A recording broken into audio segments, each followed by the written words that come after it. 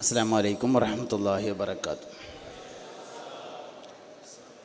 യാ നബി അല്ല, യാ നബി സലാം അലൈക്കും, യാ റസൂൽ സലാം അലൈക്കും, യാ ഹബീബ് സലാം അലൈക്കും, സലവാത്തുല്ലാഹ് അലൈക്കും. ഒരു വരിയല്ല. അശ്റഖൽ ബദ്റു അലൈനാ ഫഖ്തഫത് മിൻഹുൽ ബുദൂറു മിസ്ല ഹുസ്നിക മാ റഅയ്നാ ഖത്തു യാ വജ്ഹ സുറൂരി. യാ നബി സലാം അലൈക്കും, യാ റസൂൽ സലാം അലൈക്കും, യാ ഹബീബ് സലാം അലൈക്കും, സലവാത്തുല്ലാഹ് അലൈക്കും. മുഹമ്മദ് നബി സല്ലല്ലാഹു അലൈഹി വസല്ലമ തങ്ങൾ ഉൾപ്പെടെ ലോകത്തെ എല്ലാ അമ്പിയാക്കളും തൗഹീദിൻ്റെ പ്രചരണത്തിന് വേണ്ടിയാണ് വന്നത്. നമ്മുടെ ഈമാൻ കാര്യങ്ങൾ പരിശോധിച്ചാൽ ഒറ്റ വിശ്വാസവും ഒരു വിശ്വാസമല്ല, വിശ്വാസങ്ങളുടെ കൂട്ടമാണ്. അള്ളാഹുവിൽ വിശ്വസിക്കുക എന്ന് പറഞ്ഞാൽ അത് ഒരു വിശ്വാസമല്ല, കുറേ വിശ്വാസങ്ങൾ ചേർന്ന ഒരു കൂട്ടത്തിനാണ് അള്ളാഹുവിൽ വിശ്വസിക്കുക എന്ന് പറയുന്നത്. കിതാബുകളിൽ വിശ്വസിക്കുക എന്ന് പറഞ്ഞാൽ അത് ഒരു കിതാബിൽ വിശ്വസിക്കുക എന്നല്ല, മുനസ്സലായ എല്ലാ കിതാബിലും വിശ്വസിക്കണം. അതിന് കുറേ ഫുറൂഇയ്യാത്തുണ്ട്, അതിനും വിശ്വസിക്കണം. അള്ളാഹുവിൻ്റെ കലാം അവൻ്റെ ദാത്തിൽ നിലനിൽക്കുന്നതാണെന്ന് വിശ്വസിക്കണം. അതിന് അക്ഷരമോ ശബ്ദമോ ഇല്ലാത്തതാണെന്ന് വിശ്വസിക്കണം. അങ്ങനെ കുറേ കാര്യങ്ങളാണ്. റിസാലത്തിൽ വിശ്വസിക്കുക എന്ന് പറഞ്ഞാലും കുറേ വിശ്വാസങ്ങളാണ്. 1,24,000 അമ്പിയാക്കളെ അള്ളാഹു അയച്ചു, അതൊരു ഏകദേശ കണക്കാണ്, അത് വിശ്വസിക്കണം. 2,24,000 എന്ന അഭിപ്രായമുണ്ട്, അങ്ങനെ ഉണ്ടെങ്കിൽ അതും വിശ്വസിക്കണം. അമ്പിയാക്കളിൽ തന്നെ 313 ആളുകൾ മുർസലീങ്ങളാണ്, അവരെ വിശ്വസിക്കണം. അതിൽ 25 നബിമാരെ പേര് ഖുർആനിൽ പറഞ്ഞിട്ടുണ്ട്, അത് കാണാതെ പറയാൻ കിട്ടണം, കുട്ടികൾക്കല്ല വലിയവർക്കും കിട്ടണം. നമ്മുടെ നബി സല്ലല്ലാഹു അലൈഹി വസല്ലമയെ വിശ്വസിക്കുക എന്ന് പറഞ്ഞാൽ നബി തങ്ങളുടെ ഇസ്മത്തിനെ വിശ്വസിക്കണം. നബി തങ്ങളുടെ വാപ്പാൻ്റെ പേരറിയണം, ഉമ്മാൻ്റെ പേരറിയണം, എവിടെ ജനിച്ചു, എവിടെ വഫാത്തായി, എവിടെ ഖബറടക്കി, ഇതൊക്കെ അറിയണം. ഇതൊക്കെ ഈമാൻ കാര്യങ്ങളാണ്. നമ്മൾ സാധാരണ പറയുമ്പോൾ ഈമാൻ കാര്യം 6, ഇസ്ലാം കാര്യം 5 എന്ന് പറയാറുണ്ടെങ്കിലും അത് അങ്ങനെ പറയാം, അങ്ങനെ പഠിക്കുകയും വേണം. ശരിക്ക് ഈമാൻ കാര്യം 6 ആണെങ്കിലും വിശ്വസിക്കേണ്ട കാര്യം 6 അല്ല, വിശ്വസിക്കേണ്ടത് അതിനേക്കാളൊക്കെ ഉണ്ട്. നിസ്കരിച്ചില്ലെങ്കിൽ കാഫിറാവില്ല, നിസ്കാരം വിശ്വസിച്ചില്ലെങ്കിൽ കാഫിറാവും. നോമ്പ് നോറ്റിയില്ലെങ്കിൽ കാഫിറാവില്ല, നോമ്പിനെ വിശ്വസിച്ചില്ലെങ്കിൽ കാഫിറാവും. അപ്പോൾ 6ൻ്റെ പുറത്താണ് ഇപ്പോൾ അതൊക്കെ. അപ്പോൾ 6 ഈമാൻ കാര്യം 6 ആണ്, വിശ്വസിക്കേണ്ട കാര്യം 6 അല്ല. ഈമാൻ കാര്യം 6 ആണ് എന്ന് പറയാൻ കാരണം കാലിൻ്റെ മുട്ടോട് മുട്ട് ചേർത്ത് വെച്ചിരുന്നിട്ട് മല്ലിസ്ലാമു യാ റസൂലല്ലാഹ് എന്ന് ചോദിച്ചപ്പോൾ 5 എണ്ണം പറഞ്ഞു, ഒമല്ലി ഈമാനു യാ റസൂലല്ലാഹ് എന്ന് ചോദിച്ചപ്പോൾ 6 എണ്ണം പറഞ്ഞു. അതുകൊണ്ട് ഈമാൻ കാര്യം 6 ആയി. വിശ്വസിക്കേണ്ട കാര്യങ്ങൾ 6 അല്ല, അതിനേക്കാളുണ്ട്. ഇസ്ലാമിലും വിശ്വസിക്കണം, ഇസ്ലാം കാര്യത്തിലും വിശ്വസിക്കണം, ഇഹ്സാനിലും വിശ്വസിക്കണം, ഇഹ്സാൻ എന്താണെന്ന് വിശ്വസിക്കണം. അങ്ങനെ കുറേ കാര്യങ്ങൾ വിശ്വസിക്കണം. ഇത് പ്രബോധനം ചെയ്യുന്നതിന് വേണ്ടിയാണ് 1,24,000 അമ്പിയാക്കൾ വന്നത്. അപ്പം നമ്മൾ മുഹമ്മദ് നബി സല്ലല്ലാഹു അലൈഹി വസല്ലമയുടെ ഉമ്മത്താണ്. നബി സല്ലല്ലാഹു അലൈഹി വസല്ലമ തങ്ങളുടെ ഉമ്മത്ത് പ്രബോധനം ചെയ്യുന്ന തൗഹീദ് ലാ ഇലാഹ ഇല്ലല്ലാഹ് എന്ന തൗഹീദല്ല, ലാ ഇലാഹ ഇല്ലല്ലാഹ് മുഹമ്മദുർ റസൂലുള്ളാഹ് എന്ന തൗഹീദാണ്.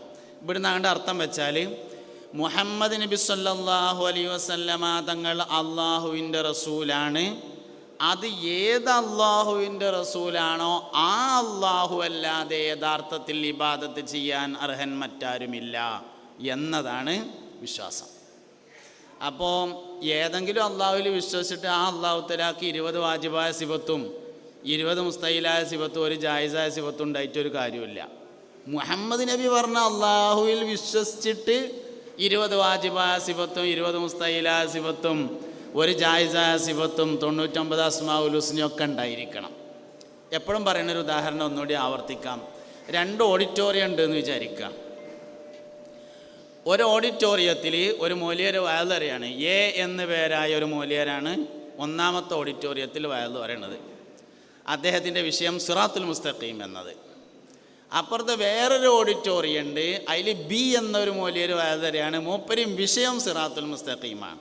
രണ്ടാളും അള്ളാഹിനെ പറ്റിയിട്ടാണ് പറയണത്. എ എന്ന ഓഡിറ്റോറിയത്തിൽ പ്രസംഗിക്കുന്ന മൗലവി വയല് പറഞ്ഞ് മൂപ്പര് പറഞ്ഞു അല്ലാഹു തആലാക്ക് 40 വാജിബായ സിഫത്തുണ്ട്, 39 മുസ്തഹിലായ സിഫത്തുണ്ട്, 3 ജായിസായ സിഫത്തുണ്ട്, 250 അസ്മാഉൽ ഹുസ്ന ഉണ്ട് എന്നൊക്കെയാണ് പറഞ്ഞു. ബി എന്ന ഓഡിറ്റോറിയത്തിൽ പ്രസംഗിക്കുന്ന വേറൊരു മൗലവി മൂപ്പര് പറയണത് കറക്റ്റാണ്. അള്ളാഹുവിന് 20 വാജിബായ സിഫത്ത്, 20 മുസ്തഹിലായ സിഫത്ത്, ഒരു ജായിസായ സിഫത്ത്, 99 അസ്മാഉൽ ഹുസ്ന. വയലൊക്കെ കഴിഞ്ഞതിൻ്റെ ശേഷം ചായ കുടിക്കണ നേരത്തെ നമ്മൾ മൂപ്പരോട് മൗലവിയോട് ചോദിച്ചു, മൗലവിയെ നിങ്ങളിപ്പോൾ ഈ പറഞ്ഞത് ഏത് അള്ളാഹിനെ പറ്റിയിട്ടായിരുന്നു എന്ന് ചോദിച്ചു. മൂപ്പര് പറഞ്ഞത് 40 വാജിബും 39 മുസ്തഹിലൊക്കെയാണ്, 250 അസ്മാഉൽ ഹുസ്നയൊക്കെയാണ്. അപ്പോൾ മൂപ്പരോട് ചോദിച്ചു നിങ്ങൾ മൗലവിയെ ഏതിപ്പോൾ അള്ളാഹിനെ പറ്റിയിട്ടാണ് പറഞ്ഞതെന്ന് ചോദിച്ചപ്പോൾ അയാൾ പറഞ്ഞു ഞാൻ മുഹമ്മദ് നബി പറഞ്ഞ അള്ളാഹിനെ പറ്റിയിട്ടാണ് എന്ന് പറഞ്ഞു. അപ്പോൾ ബി എന്ന് പറഞ്ഞ മൗലവിയോട് നമ്മൾ ചോദിച്ചു, മൗലവിയെ നിങ്ങൾ 20, 20, 40, 1, 41, 99 ഒക്കെയുള്ള പറഞ്ഞത് നിങ്ങൾ ഏത് അള്ളാഹിനെ പറ്റിയിട്ടായിരുന്നു ആ വയല് പറഞ്ഞിരുന്നതെന്ന് ചോദിച്ചപ്പോൾ അയാൾ പറഞ്ഞു ഞാൻ ദുഷ്യന്തം പറഞ്ഞ അള്ളാഹിനെ പറ്റിയിട്ടായിരുന്നു എന്ന് പറഞ്ഞു. ഒരു സാങ്കല്പികമായ പേര്. എന്നാൽ എ ഓഡിറ്റോറിയത്തിൽ വയല് പറഞ്ഞ മൗലവിയെ വിശ്വാസം ശരിയാണ്, വിശദീകരണം തെറ്റിയിട്ടുണ്ടെങ്കിലും വിശ്വാസം ശരിയാണ്. ബി ഓഡിറ്റോറിയത്തിൽ വയല് പറഞ്ഞ മൗലവിയെ വിശദീകരണം ശരിയാണെങ്കിലും വിശ്വാസം തെറ്റാണ്. വിശദീകരണം ശരിയായിട്ടൊന്നും കാര്യമില്ല, മുഹമ്മദ് നബി പറഞ്ഞ അള്ളാഹിനെ പറ്റിയിട്ട് തന്നെ ആയിരിക്കണം, എന്നാലേ ഈമാൻ ശരിയാവുള്ളൂ എന്നർത്ഥം. അതുകൊണ്ട് ഈമാൻ്റെ അസ്ലി മുഹമ്മദ് നബി സല്ലല്ലാഹു അലൈഹി വസല്ലമ തങ്ങൾ പറഞ്ഞ അള്ളാഹു ആയിരിക്കുക എന്നതാണ്. നമ്മൾ ചെറിയ കുട്ടികൾ ദർസിലൊക്കെ ഓതാൻ പോയാൽ ആദ്യം ഓതുന്ന കിതാബാണ് 10 കിതാബ്. അത് കഴിഞ്ഞാൽ പിന്നെ ഓതുന്നൊരു കിതാബാണ് സബഅത്ത് കുത്തുബ്, 7 കിതാബ്. അശറത്ത് കുത്തുബ് മുത്തവരിദ് നൂറുൽ അബ്സാറൊക്കെ ആദ്യം ഓതും. മുഴുവതൊന്നുമില്ല, കുറച്ചൊക്കെ ഓതും. ദേശമൊക്കെ ആളൊന്ന് ഉഷാറായും തോന്നിയാൽ പിന്നെ 2 ബെയ്ത്ത് ആയിക്കോട്ടെ എന്ന് കരുതിയിട്ട് സബഅത്ത് കുത്തുബ്. അതിൽ 7 ബെയ്ത്ത് കിതാബാണ്. അതിൽപ്പെട്ട ഒരു ബെയ്ത്ത് കിതാബാണ് കിഫായത്തുൽ ഈമാൻ എന്ന ബെയ്ത്ത് കിതാബ്. അതിന് കിഫായത്തുൽ അവാം എന്ന ഒരു പേരുണ്ട്, വേറെയും പേരുകളുണ്ട്. അഹ്മദ് അൽ മർസൂഖി റളിയല്ലാഹു അൻഹു എന്ന സൂഫി വര്യൻ യമനിയാണ്. അദ്ദേഹം മുസ്തഫ നബി സല്ലല്ലാഹു അലൈഹി വസല്ലമ തങ്ങളെ സ്വപ്നത്തിൽ കാണുകയും അങ്ങനെ ലഭിക്കുകയും ചെയ്തതാണ് ആ പാട്ട്. സാധാരണക്കാരുടെ ഈമാൻ ശരിയാകണ ഒരു ബെയ്ത്താണത്. അഹ്മദ് അൽ മർസൂഖി ജന്മനാ കണ്ണ് കാണാത്ത ആളായിരുന്നു. അദ്ദേഹം ഒരിക്കൽ മുസ്തഫ നബി സല്ലല്ലാഹു അലൈഹി വസല്ലമ തങ്ങളെ ഉറക്കത്തിൽ കണ്ടു. സഹാബത്ത് കൂടെയുണ്ട്, പ്രധാനികളൊക്കെ ഉണ്ട്. നബി തങ്ങൾ അഹ്മദ് അൽ മർസൂഖിയോട് ചോദിച്ചു, മർസൂഖി സാധാരണ മനുഷ്യന്മാരെ ഈമാൻ നേരായി കിട്ടാൻ പറ്റുന്ന ഒരു പാട്ട് പാടി കൊടുത്തൂടെ നിങ്ങൾക്ക് എന്ന് ചോദിച്ചു. അഹ്മദ് അൽ മർസൂഖി പറഞ്ഞു, അതിന് നബിയെ ഞാനങ്ങനെ പാട്ടൊന്നും പാടുന്ന ആളല്ലല്ലോ എന്ന് പറഞ്ഞു. അപ്പോൾ കൂടെയുള്ള ആൾക്കാർ പറഞ്ഞു, അറിയില്ല എന്നൊന്നും പറയണ്ടടാ, മുണ്ടാതിരുന്നാൽ മതി പറഞ്ഞു. നിലപാടിൽ വെച്ച് ഏറ്റവും വലിയ നിലപാട് മുണ്ടാതിരിക്കുക എന്നുള്ള നിലപാടാണെന്നാണ്. അപ്പോൾ അതുകൊണ്ട് അങ്ങനെ ചെയ്താൽ മതി എന്ന് പറഞ്ഞു ഒപ്പമുള്ളവർ. അപ്പോൾ മൂപ്പര് മുണ്ടാന്നപ്പോൾ നബി തങ്ങൾ ഒരു 1/2 വരി പാടിക്കൊടുത്തു എന്നാണ്. മുസ്തഫ നബി സല്ലല്ലാഹു അലൈഹി വസല്ലം 1 വരി പാട്ട് ജീവിതത്തിൽ ഒരിക്കലും പാടിയിട്ടില്ല. പാട്ട് കേൾക്കലുണ്ട്, പാട്ടിനെക്കുറിച്ച് അഭിപ്രായം പറയലുണ്ട്. കേൾക്കൽ കുറച്ച് കൂടുതലുണ്ട്, അഭിപ്രായം പറയൽ അതിനേക്കാളും താഴെയാണ്, പാടൽ അതിലും താഴെയാണ്. 1 വരി മുഴുവൻ ഒരിക്കലും പാടിയിട്ടില്ല, 1/2 വരിയ പാടൽ. അരവരി പാടുക എന്ന് പറഞ്ഞൂടെ, അരവരി കൊണ്ട് പാടാൻ കഴിയൂല, അരവരി പറയാനുള്ള കഴിയുള്ളൂ. ഒരു വരിയാകുമ്പോഴേ പാടാൻ കഴിയുള്ളൂ, അരവരി പറയാനാണ് കഴിയുക. അപ്പോൾ അരവരി പറയലാണ് പതിവ്. അങ്ങനെ നബി തങ്ങൾ സല്ലല്ലാഹു അലൈഹി വസല്ലം ഒരു അരവരി പറഞ്ഞു. അബ്ദഉ ബിസ്മില്ലാഹി വറഹ്മാനി, അതാണ് അരവരി. അഹ്മദ് അൽ മർസൂഖി റളിയല്ലാഹു അൻഹു അത് ഏറ്റു ചൊല്ലാണ്. ഈ ഏറ്റു ചൊല്ലണതിന് വലിയ പ്രാധാന്യമുണ്ട് എന്നാണ്. ചൊല്ലിക്കൊടുത്ത് ഏറ്റു ചൊല്ലുന്നതും ചൊല്ലുമ്പോൾ ഒപ്പം ചെല്ലുന്നതിനും വലിയ പ്രാധാന്യമുണ്ട്. നമ്മളെ ഈ ഖുർആൻ പഠിപ്പിക്കുന്നതിൻ്റെ രീതി പറയുമ്പോൾ 7 പ്രധാനപ്പെട്ട കാര്യങ്ങൾ പറയും. അതിൽ 2 എണ്ണമാണ്. ഒന്ന് ചൊല്ലിക്കൊടുത്ത് ചൊല്ലിക്കുക, 2 ഗുരുവിൻ്റെ കൂടെ ഒന്നിച്ചു ചൊല്ലുക എന്ന് പറയുന്ന 2 കാര്യങ്ങൾ. അപ്പോൾ നബി സല്ലല്ലാഹു അലൈഹി വസല്ലം തങ്ങൾ ചൊല്ലിക്കൊടുത്ത് അഹ്മദ് അൽ മർസൂഖിനെ കൊണ്ട് ചൊല്ലിക്കുകയാണ് അരവരി. ഈ അരവരിയാണ് ചൊല്ലിയപ്പോൾ ബാക്കി പിന്നെ മൂപ്പരങ്ങനെ ഓട്ടോമാറ്റിക്കായിട്ട് ചൊല്ലുകയാണ്. 26 വരികൾ ചൊല്ലി. അങ്ങനെ ആ സ്വപ്നം കഴിഞ്ഞു. കുറേ ദിവസങ്ങൾക്ക് ശേഷം മറ്റൊരിക്കൽ അഹ്മദ് അൽ മർസൂഖി വീണ്ടും നബി തങ്ങളെ ഉറക്കത്തിൽ കണ്ടു സല്ലല്ലാഹു അലൈഹി വസല്ലം. അപ്പോൾ അഹ്മദ് അൽ മർസൂഖിയോട് നബി തങ്ങൾ പറഞ്ഞു, മർസൂഖി നിങ്ങൾ അന്നാൾ പാടിയ പാട്ട് ഒന്നുകൂടിയും പാടിക്കാണിയായിരുന്നു. അപ്പോൾ മഹാനവർകൾ വീണ്ടും പാടി, അബ്ദഉ ബിസ്മില്ലാഹി വറഹ്മാനി വബിർറഹീമി ദായിമിൽ ഇഹ്സാനി അൽഹംദുലില്ലാഹിൽ ഖദീമിൽ അവ്വലി അൽ ആഖിരിൽ ബാഖി ബിലാ തഹവ്വുലി ثم الصلاة والسلام سرمدا على النبي خير من قد وحد وآله وصحبه ومن تبع سبيل دين الحق غير مبتدئ وبعد فاعلم بوجوب المعرفة من واجب لله 20 صفة فالله موجود قديم باقي مخالف للخلق بالإطلاق. അള്ളാഹുവിൻ്റെ ദാത്തിയായ 4 സിഫത്തുകളാണ്. ഇനി പറയണതൊക്കെ അതിൻ്റെ അനുബന്ധമായിരിക്കും. 26 വരികൾ പാടിക്കഴിഞ്ഞിട്ട് അപ്പം ഇങ്ങനെ കൂടെ ഉണ്ടായിരുന്ന സഹാബത്തൊക്കെ ഇങ്ങനെ ആമീൻ ആമീൻ ആമീൻ എന്ന് പറഞ്ഞുകൊണ്ടിരിക്കുന്നുണ്ടായിരുന്നു എന്നാണ്. ആമീൻ ദ്വാക്ക് മാത്രമല്ല എന്ന് മനസ്സിലാകണ്ടായിരുന്നു. ഇത് ദ്വയല്ലല്ലോ. ഏതായാലും ഇങ്ങനെ ആമീൻ, ഇനി ഒരു കണക്കിന് പറയുകയാണെങ്കിൽ ദ്വയാണേനു കേട്ടോ. എന്തായാലും ഇങ്ങനെ പറഞ്ഞപ്പോൾ ഇങ്ങനെ ആമീൻ ആമീൻ ആമീൻ ഇങ്ങനെ പറഞ്ഞുകൊണ്ടിരുന്നു. 2ാമത്തെ സ്വപ്നത്തിന് ശേഷം, നേരം പുലർന്നതിന് ശേഷം മഹാനവറുകൾ എല്ലാവർക്കും ഈ പാട്ട് ഇങ്ങനെ പാടിക്കൊടുക്കാൻ തുടങ്ങിയപ്പോൾ ആളുകൾ ഓരോ സംശയങ്ങൾ ചോദിക്കാൻ തുടങ്ങി. ആ സംശയങ്ങൾക്ക് മറുപടി പറഞ്ഞതാണ് ബാക്കിയുള്ള വരികൾ എന്ന് പറയുന്നത്. ഈമാൻ കാര്യം മൊത്തം അതിലുണ്ട് ഒതുക്കിയിരിക്കുകയാണ്. അല്ലാഹു തആലക്ക് വാജിബായ സിഫത്ത് 20ആണ്. അത് എവിടുന്ന് കിട്ടിയതാണ്? ഏതെങ്കിലും ഖുർആനായത്തിൽ അല്ലാഹു തആലക്ക് വാജിബായ സിഫത്ത് 20 പറഞ്ഞിട്ടുണ്ടോ? ഏതെങ്കിലും ഹദീസ് പറഞ്ഞിട്ടുണ്ടോ? അല്ലാഹു തആലക്ക് മുസ്തഹിലായ സിഫത്ത് 20 പറഞ്ഞിട്ടുണ്ടോ? പിന്നെ അത് എവിടുന്ന് കിട്ടിയതാ? അത് അള്ളാഹുവിനെക്കുറിച്ച് ഒരു മനുഷ്യന് ഉണ്ടായേക്കാവുന്ന പരമാവധി ചോദ്യങ്ങളുടെ ഉത്തരമാണ് 20 അള്ളാഹുവിൻ്റെ വസ്ഫുകൾ എന്ന് പറയുന്നത്. അതിൻ്റെ അപ്പുറത്ത് കഴിഞ്ഞ ഒരാൾക്ക് അള്ളാഹിനെ പറ്റിയിട്ട് ഒന്നും ചോദിക്കാനുണ്ടാവില്ല. ഈ ചോദ്യങ്ങളുടെ മറുപടിയാണ് യഥാർത്ഥത്തിൽ വാജിബായ 20 സിഫത്തും മുസ്തഹിലായ 20 സിഫത്തും ജായിസായ 1 സിഫത്തും എന്ന് പറയുന്നത്. അസ്മാഉൽ ഹുസ്ന പിന്നെ പറയണം. അസ്മാഉൽ ഹുസ്ന 99 അല്ലാഹു തആലക്ക് അസ്മാവും വേറെ ഉണ്ട് കേട്ടോ. അസ്മാവ് 99 അസ്മാഉൽ ഹുസ്ന 99 നമ്മൾ സാധാരണയായി ഹുവല്ലാഹുർ റഹ്മാനുർ റഹീമുൽ മലിക്കുൽ ഖുദ്ദൂസുസ് സലാമുൽ മുഅ്മിനുൽ മുഹൈമിൻ ചൊല്ലി വരുന്ന ആ 99 ഇമാം ബൈഹഖി റളിയല്ലാഹു അൻഹു റിപ്പോർട്ട് ചെയ്ത ഹദീസിലുള്ളതാണ്. വേറെ വഴിയിലൂടെ വന്ന അസ്മാഉൽ ഹുസ്നയിൽ ഇതിൽപ്പെട്ട പലതും ഇല്ല, അതിൽ വേറെ ചിലതുണ്ട്. ഏത് എണ്ണിയാലും 99 ഉണ്ടാവുള്ളൂ. ലഫ്ദുകൾ വ്യത്യാസമുണ്ട്. ഇപ്പോൾ ഉദാഹരണം പറയുകയാണെങ്കിൽ റബ്ബ് എന്നത് അള്ളാഹുവിൻ്റെ ഇസ്മാണ്. പക്ഷേ നമ്മൾ സാധാരണ ചൊല്ലി വരുന്ന അസ്മാഉൽ ഹുസ്നയിൽ റബ്ബ് എന്ന പേരുണ്ടാവില്ല. അതുള്ള വേറെ റിവായത്തുണ്ട്. പക്ഷെ അത് എണ്ണിയാലും 99 ഉണ്ടാവുള്ളൂ. അങ്ങനെയാണ്. അപ്പോൾ അല്ലാഹു സുബ്ഹാനഹു വ തആലക്ക് അസ്മാഉൽ ഹുസ്ന 99 വേറെയും അള്ളാഹുവിന് പേരുണ്ട്. മംദൂഹായ ഏത് കാര്യം ഉപയോഗിച്ചുകൊണ്ടും അള്ളാഹുവിന് പേര് നൽകാൻ വേണ്ടി പറ്റും. മഅബൂദായ ഇലാഹിന് അവൻ തന്നെ നൽകിയിട്ടുള്ള പേരാണ് അള്ളാഹു എന്നത്. അള്ളാഹ്ക്ക് അള്ളാഹ് എന്ന് ആരാ പേരിട്ട്? അള്ളന്നെ ഇട്ടതാണ്. മഅബൂദായ ഇലാഹിന് അവൻ തന്നെ നൽകിയിട്ടുള്ള പേരാണ് അള്ളാഹു എന്നത്. അതുകൊണ്ട് തന്നെ അതിന് പരിഭാഷ ഉണ്ടാവില്ല.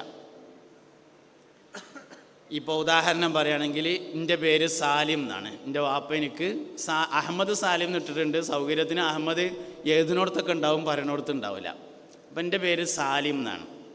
ആ വാക്കിൻ്റെ അർത്ഥം രക്ഷപ്പെട്ടോ എന്നാണ്. അപ്പോൾ ഞാൻ ഒരു ദിവസം വെള്ളിയാഴ്ച ജുമാക്ക് ഇങ്ങനെ പോകുമ്പോൾ പിന്നുന്ന ഒരാൾ രക്ഷപ്പെട്ടോനെ എടുക്കാമെന്ന് ചോദിച്ചാൽ ഞാൻ തിരിഞ്ഞു നോക്കൂല. കാരണം ഇതിൻ്റെ പേരല്ല. മഅബൂദായ ഇലാഹിന് അവൻ തന്നെ നൽകിയിട്ടുള്ള പേര് അള്ളാഹു എന്നാണ്. അത് മലയാളത്തിലും അള്ളാഹു തന്നെയാണ്, ഇംഗ്ലീഷിലും അള്ളാഹു തന്നെയാണ്, അറബിയിലും അള്ളാഹു തന്നെയാണ്, സംസ്കൃതത്തിലും അള്ളാഹു തന്നെയാണ്. തിരിയാത്തവർക്കുണ്ടെങ്കിൽ തിരിണ കോലത്തിൽ ഉപ്പ് തിരിയുന്നുണ്ടെങ്കിൽ അള്ളാഹു തന്നെയാണ് പറയേണ്ടത്. കാരണം അത് പരിഭാഷ ഉണ്ടാവില്ല. അപ്പം നിരീശ്വരവാദത്തിലെ ഈശ്വരൻ ശരിക്കും അള്ളാഹുവിൻ്റെ പരിഭാഷ അല്ലത്. അപ്പം അള്ളാഹു എന്നുള്ളതിന് അള്ളാഹു തന്നെ ഉള്ളൂ. പക്ഷേ നമുക്ക് ചില സന്ദർഭങ്ങളിൽ പറഞ്ഞു മനസ്സിലാക്കി കൊടുക്കാൻ ദൈവം, ഈശ്വരൻ തുടങ്ങിയ സാധനങ്ങളൊക്കെ ഉപയോഗിക്കേണ്ടി വരും. അത് ഉപയോഗിക്കാതെ മനസ്സിലാവുമെങ്കിൽ അള്ളാഹു തന്നെ ഉപയോഗിച്ചാൽ മതിയനും. കാരണം മഅബൂദായ ഇലാഹിന് അവൻ തന്നെ നൽകിയിട്ടുള്ള പേരാണ് അള്ളാഹു എന്നത്. ഏറ്റവും അടിസ്ഥാനപരമായി 4 കാര്യങ്ങളെക്കുറിച്ചാണ് പറയുന്നത്. ദാത്തിയായ സിഫത്തുകൾ. 1, അള്ളാഹു മൗജൂദാണ്. 2, അള്ളാഹു ഖദീമാണ്. 3, ബാക്കിയാണ്. 4-മത്തേത് മുഖാലിഫുല്ലിൽ ഖൽഖാണ്. ബിൽ ഇത്തിലാഖി എങ്ങനെ നോക്കിയാലും 4 കാര്യങ്ങൾ. ഈ 4 കിട്ടിയാൽ ബാക്കിയൊക്കെ ഓട്ടോമാറ്റിക് കിട്ടും എന്നുള്ളതാണ്. 1-മത്തെ കാര്യം അള്ളാഹു മൗജൂദാണ് എന്നുള്ളതാണ്. ഉള്ളവനാണ്. ഉണ്ടാവുക എന്നതിന് 3 അവസ്ഥകളാണുള്ളത്. ഉണ്ടാകുക എന്നുള്ളതിന് 3 അവസ്ഥയാണ്. 1 മുംകിൻ എന്ന അവസ്ഥയാണ്. 2-മത്തേത് മുഹാൽ എന്ന അവസ്ഥയാണ്. 3-മത്തേത് വാജിബ് എന്ന അവസ്ഥയാണ്. മുംകിൻ എന്ന് പറഞ്ഞാൽ ഉണ്ടാവാനും ഇല്ലാതിരിക്കാനുമുള്ള സാധ്യത, അതൊരുണ്ടാവലാണ്. മുഹാൽ എന്ന് പറഞ്ഞാൽ ഒരിക്കലും ഉണ്ടാവാൻ പാടില്ല, അതൊരുണ്ടാവലാണ്. വാജിബ് എന്ന് പറഞ്ഞാൽ ഉണ്ടാവൽ അനിവാര്യമാണ്, അതും ഒരു ഉണ്ടാവലാണ്. ഇതിൽ അള്ളാഹു വാജിബാണ്. അള്ളാഹുവിൻ്റെ ഔസാഫുകളിൽ വരുന്നത് വാജിബാണെന്നാണ്, മുംകിനാണ് എന്നല്ല. ഓരോന്നും പറയാം. മുംകിൻ എന്ന് പറഞ്ഞാൽ ഉണ്ടാവാനും ഇല്ലാതിരിക്കാനും സാധ്യതയുണ്ട്, നാളെ മഴ പെയ്യാനും പെയ്യാതിരിക്കാനും സാധ്യതയുണ്ട്, മുംകിനാണ്. ഓരോ കാര്യം അങ്ങനെ തന്നെയാണ്.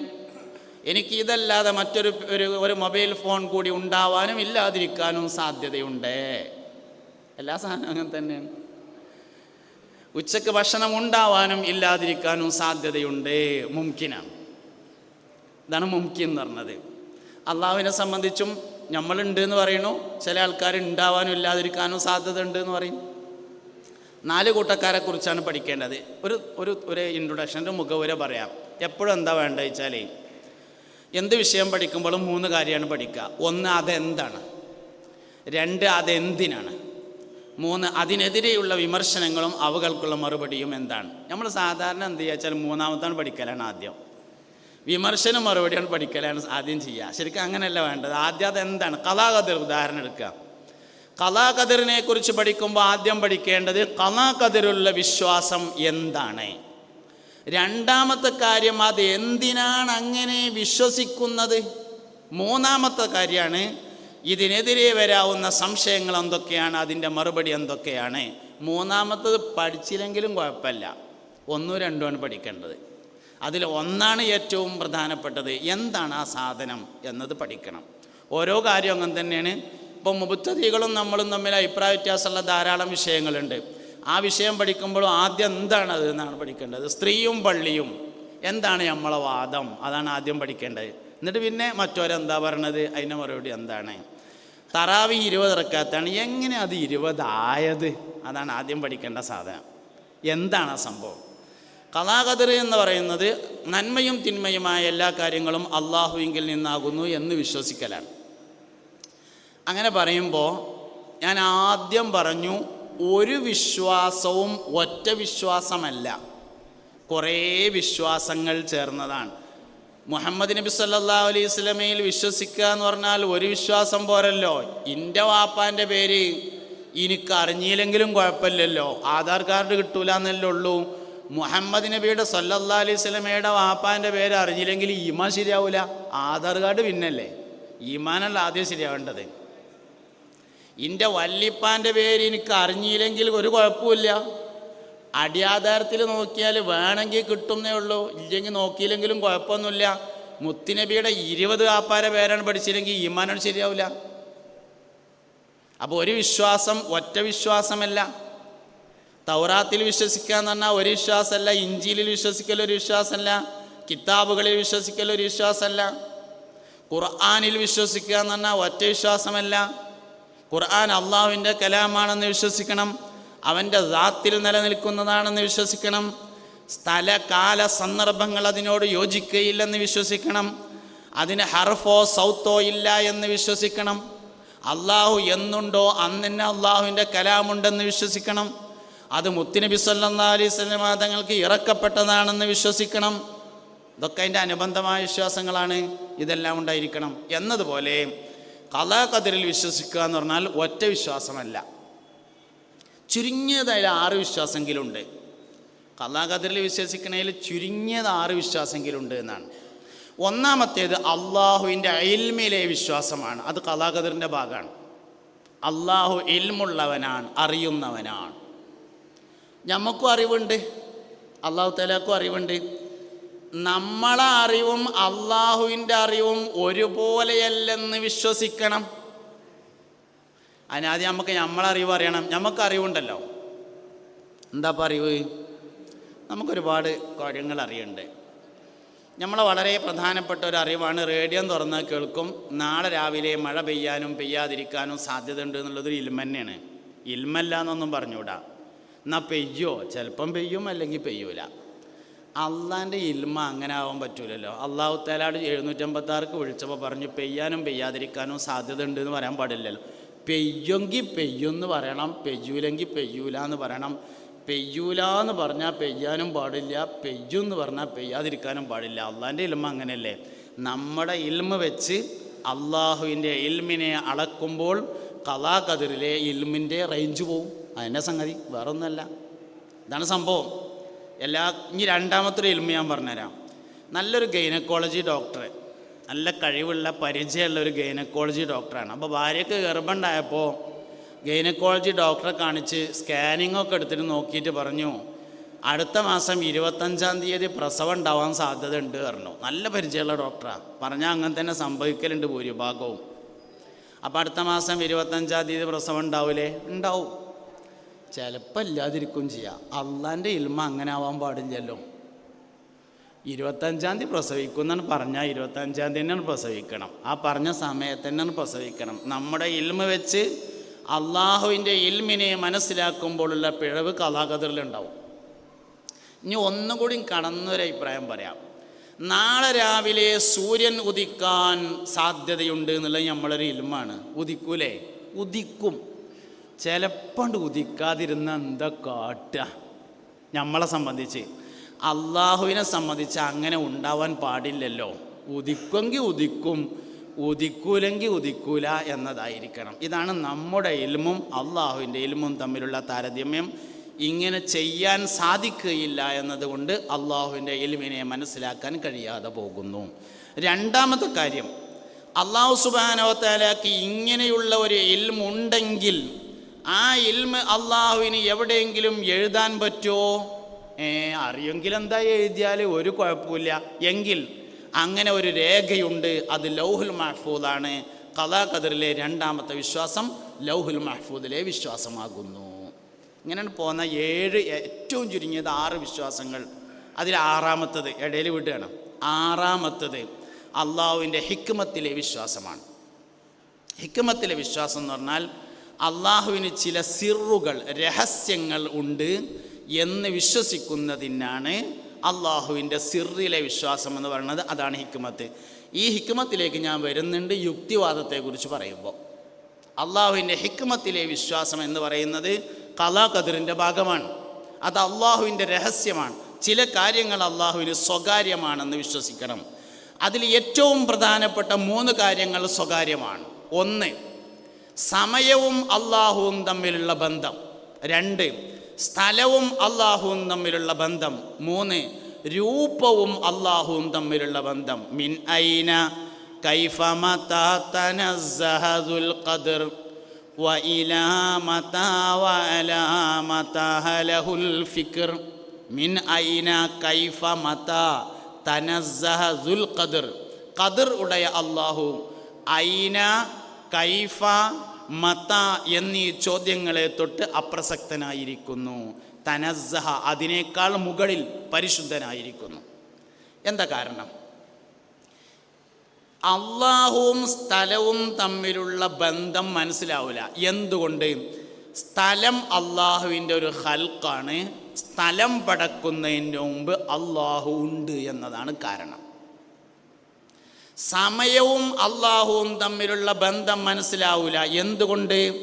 സമയം അള്ളാഹുവിൻ്റെ ഒരു ഖൽഖാണ്. സമയം പടക്കുന്നതിൻ്റെ മുമ്പ് അള്ളാഹു ഉണ്ട് എന്നതാണ് കാരണം. 3-മത്തേത് രൂപം. അള്ളാഹുവിൻ്റെ രൂപം മനസ്സിലാവില്ല. കാരണം രൂപം എന്നത് അള്ളാഹുവിൻ്റെ ഒരു ഖൽഖാണ്. രൂപം പടക്കുന്നതിൻ്റെ മുമ്പ് അള്ളാഹു ഉണ്ട് എന്നതാണ് മനസ്സിലാകാത്തതിൻ്റെ കാരണം. ഇത് ഖലാ ഖദറിലെ വിശ്വാസത്തിലെ 6-മത്തെ വിശ്വാസമാണ്. ഇതൊരു മനുഷ്യൻ വിശ്വസിക്കണം. ചില കാര്യങ്ങൾ അള്ളാഹുവിന് സ്വകാര്യമാണെന്നും ആ സ്വകാര്യത്തിൽ വിശ്വസിച്ചേ മതിയാകൂ എന്നും ഇങ്ങനെയുള്ള കുറേ വിശ്വാസങ്ങൾ ചേർന്നതിനാണ് ഖലാ ഖദറിലുള്ള വിശ്വാസം എന്ന് പറയുന്നത്. ആദ്യം പഠിക്കേണ്ടത് അതാണ്. 2-മത് നമ്മൾ പഠിക്കേണ്ടത് എന്തിനാ അപ്പം ഇങ്ങനെ വിശ്വസിക്കണത്, അതിൻ്റെ ഗുണം എന്താണ്? ലോകത്ത് ഏറ്റവും കൂടുതൽ ആത്മഹത്യ കുറവുള്ളത് മുസ്ലിങ്ങളിലാണ്. ലോകത്ത് തന്നെ ഏറ്റവും കൂടുതൽ ആത്മഹത്യ കുറവുള്ളത് മുസ്ലിങ്ങളിലാണ്. എന്താ കാരണം? ഖലാ ഖദറിലുള്ള വിശ്വാസം വേറൊരു കാരണം അതിനില്ല. എന്തിനാ അങ്ങനെ വിശ്വസിക്കണതെന്ന് ചോദിച്ചാൽ സന്തോഷത്തോടു കൂടെ ജീവിക്കാൻ കഴിയും. സന്തോഷമുള്ളവന് അതിരറ്റ് സന്തോഷിക്കാൻ കഴിയില്ല. വിഷമമുള്ളവന് ഒരു പരിധിയിലപ്പുറം വിഷമിക്കാനും കഴിയില്ല. കാരണം 35 സൂപ്പർ മാർക്കറ്റുള്ളവൻ ഫക്കീറാവാൻ 1 സെക്കൻഡ് സമയം മുഴുവൻ ആവശ്യമില്ല. എടങ്ങേറിൻ്റെ പെരയിൽ കടന്നുറങ്ങണോന് മുത്തം സലാമത്താകാനും 1 സെക്കൻഡിൻ്റെ മുഴുവൻ സമയവും ആവശ്യമില്ല. അതുകൊണ്ട് ടെൻഷനുള്ളവന് ഒരു പരിധിയിലപ്പുറം ടെൻഷനാവാനോ സന്തോഷമുള്ളവന് ഒരു പരിധിക്കപ്പുറം സന്തോഷിക്കാനോ കഴിയാത്തതിൻ്റെ കാരണം ഖലാ ഖദറിലുള്ള വിശ്വാസമാകുന്നു. അതിനാണ് ഗുണം. 3-മത്തെ കാര്യം, വിമർശനങ്ങൾക്കുള്ള മറുപടി എന്തൊക്കെയാണ്? ഖലാ ഖദറിനെതിരെ ഒരുപാട് വിമർശനമുണ്ട്. ഏറ്റവും പ്രധാനപ്പെട്ട വിമർശനം ഖലാ ഖദറിൻ്റെ വിഷയത്തിൽ ചോദിക്കാൻ പാടില്ല എന്ന് എന്താ പറയാൻ കാരണം എന്നുള്ളതാണ് ഏറ്റവും പ്രധാനം.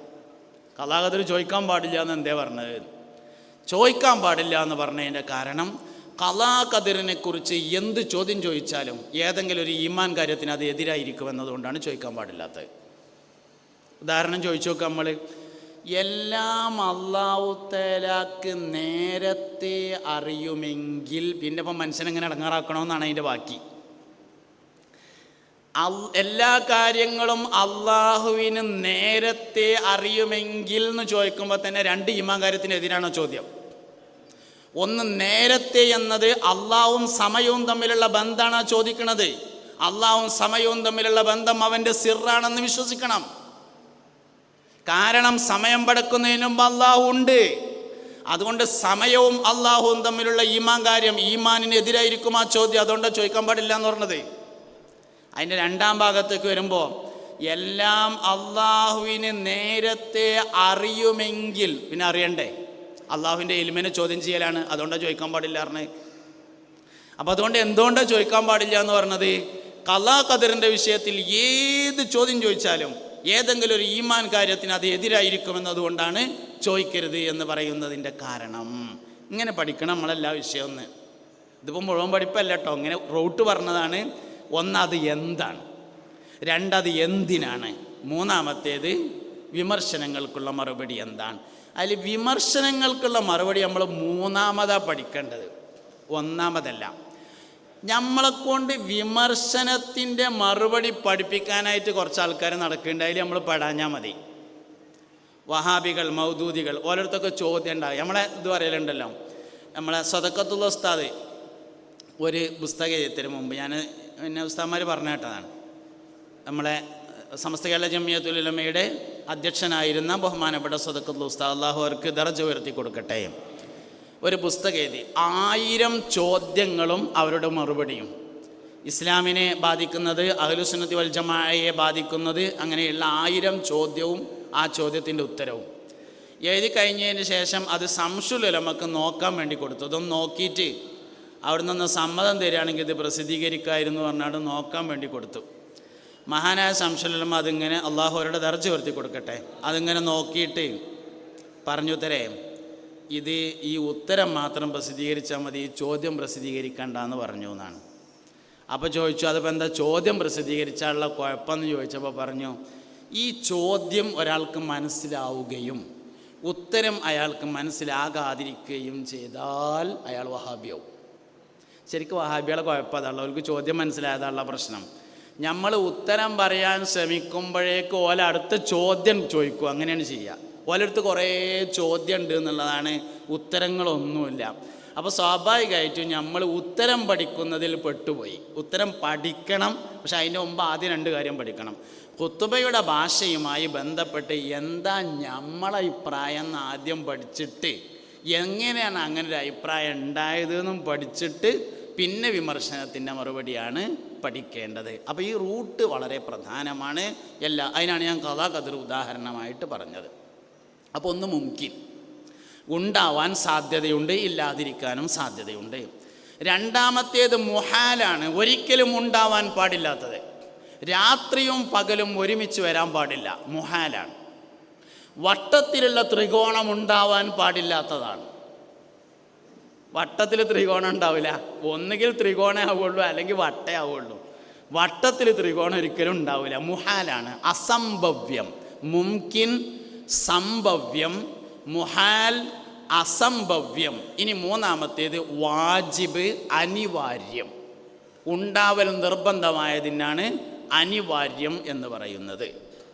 വാജിബ് എന്ന് പറഞ്ഞാൽ അതുണ്ടാവണമെങ്കിൽ ഇതുണ്ടാവണം, ഇതുണ്ടോ എന്നാൽ അതുണ്ടായിരിക്കും, അതാണ് വാജിബ്. ഉദാഹരണം, വെള്ളമുണ്ടോ വെള്ളപ്പാത്രം ഉണ്ടായിരിക്കൽ നിർബന്ധമാണ്, അല്ലാതെ ആ സാധനം നിൽക്കൂല. കളറുണ്ടോ കളറുള്ള വസ്തു ഉണ്ടായിരിക്കൽ വാജിബാണ്, ഇതാണ് സാധനം. അപ്പോൾ കണ്ടിട്ടുണ്ടോ നോക്കിയിരിക്കുക എന്നത് നിർബന്ധമാണ്. ഇങ്ങനെയുണ്ട്, ഒന്നുണ്ടെങ്കിൽ മറ്റൊന്നുണ്ടായിരിക്കണം, അതിനാണ് വാജിബ് എന്ന് പറയുന്നത്. അള്ളാഹു വാജിബാണ്, ഉണ്ടാവൽ അനിവാര്യമാണ്. എന്താ തെളിവ് പറഞ്ഞത്? തെളിവ് പറഞ്ഞത് ഉജൂദു ഹാദിഹിൽ മഖ്ലൂഖാത്ത്, ഈ കാണുന്ന സൃഷ്ടിജാലങ്ങളുടെ ഉജൂദ് അള്ളാഹുവിൻ്റെ ഉജൂദിന് തെളിവാകുന്നു എന്നാണ് പറഞ്ഞത്.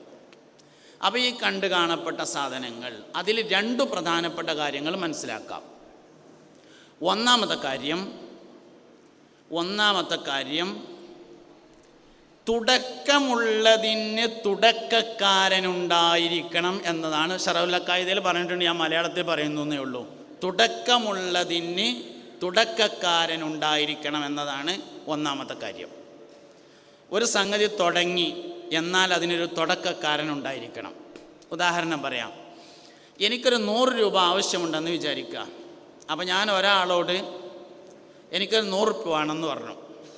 അപ്പോൾ അയാൾ പറഞ്ഞു, എൻ്റെ അടുത്ത് ഇല്ല, ഞാൻ ആരോടെങ്കിലും ചോദിച്ചു നോക്കട്ടെ പറഞ്ഞു. അങ്ങനെ അയാൾ വേറൊരാളോട് ചോദിച്ചു. ഞാനൊരു അബ്ദുറഹ്മാനോട് ചോദിച്ചു, എനിക്കൊരു 100 രൂപ വേണമെന്ന്. അപ്പോൾ അബ്ദുറഹ്മാൻ പറഞ്ഞു, എൻ്റെ അടുത്തില്ല, ഞാൻ ആരോടെങ്കിലും ചോദിക്കട്ടെ എന്ന്. അങ്ങനെ കാസിമിനോട് ചോദിച്ചു, കാസിമി ഒരു 100 രൂപ ഉണ്ടോ എന്ന്. കാസിം പറഞ്ഞു, എൻ്റെ അടുത്തില്ല, ഞാൻ ആരോടെങ്കിലും ചോദിച്ചു നോക്കട്ടെ പറഞ്ഞു. അങ്ങനെ ഒരു മൂസനോട് ചോദിച്ചു. മൂസ പറഞ്ഞു, എൻ്റെ അടുത്തില്ല, ഞാൻ ആരോടെങ്കിലും ചോദിച്ചു നോക്കട്ടെ പറഞ്ഞു. അങ്ങനെ ഒരു അസീസിനോട് ചോദിച്ചു. അസീസ് പറഞ്ഞു, എൻ്റെ അടുത്തില്ല, ഞാൻ ആരോടെങ്കിലും ചോദിച്ചു നോക്കട്ടെ പറഞ്ഞു. അങ്ങനെ കുറേയാണ്ട് പോയി.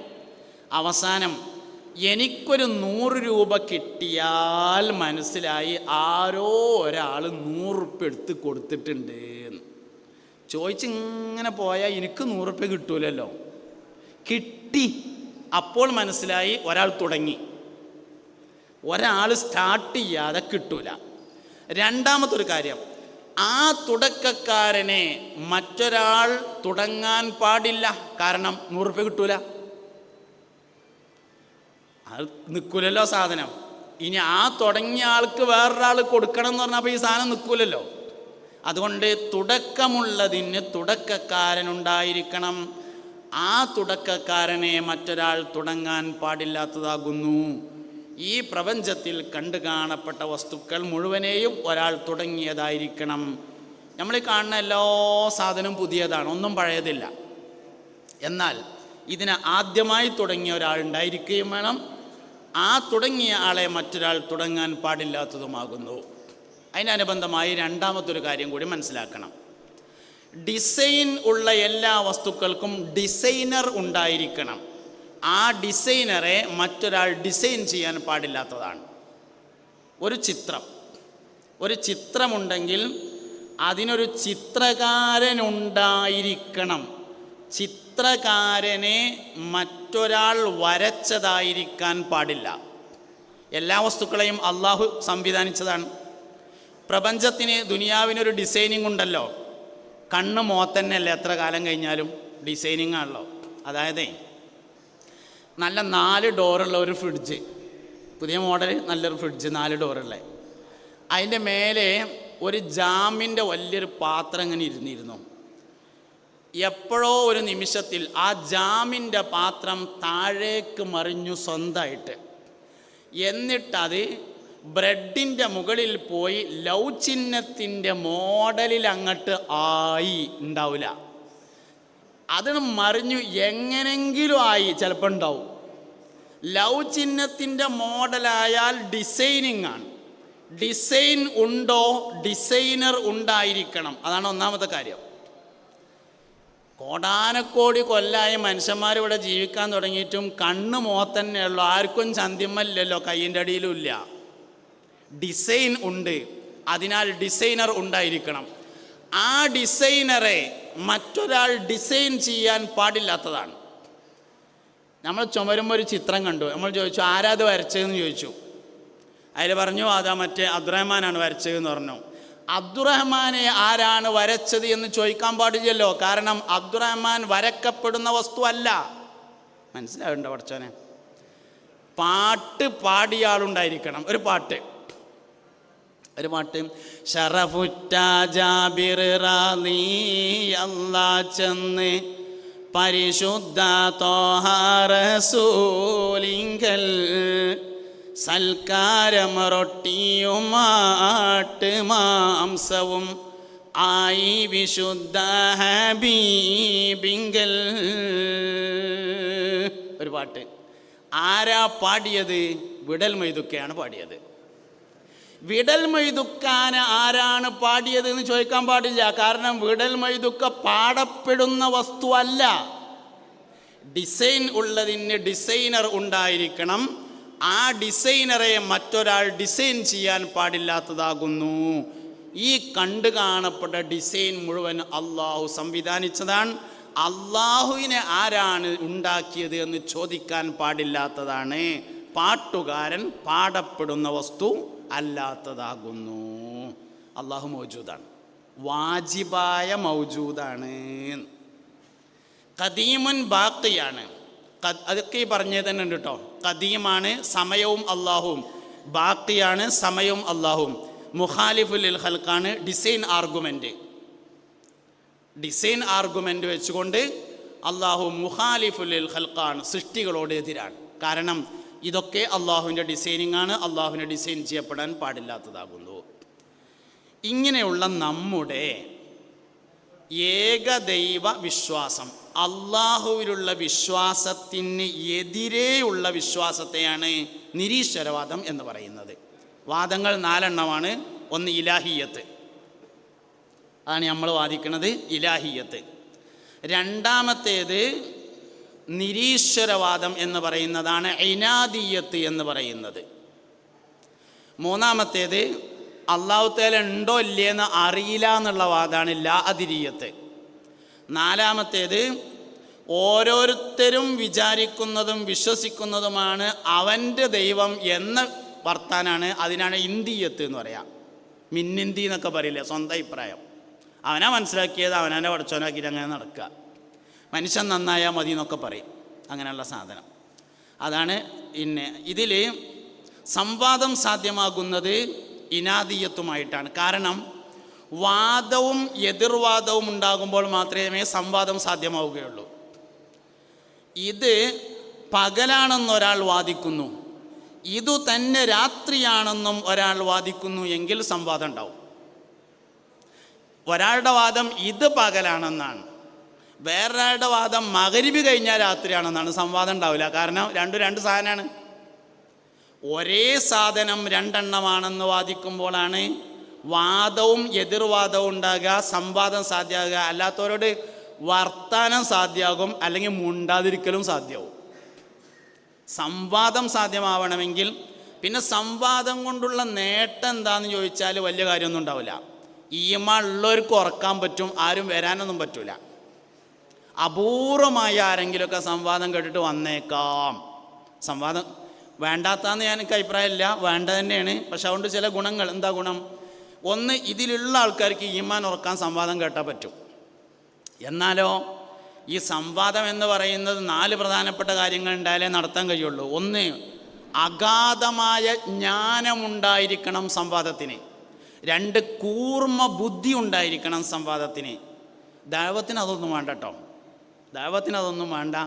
ദഅവത്തിന് മര്യാദക്ക് ബാങ്ക് കൊടുക്കാൻ പഠിഞ്ഞാൽ മതി. അല്ലാഹുമ്മ റബ്ബ ഹാദിഹി ദഅവത്തി താമ്മ വസ്സലാത്തുൽ ഖായിം. പരിപൂർണമായ ദഅവത്തിൻ്റെ ഉടമസ്ഥനായ അള്ളാഹു എന്ന് പറയുന്നത് ബാങ്കിനെ കുറിച്ചാണ്.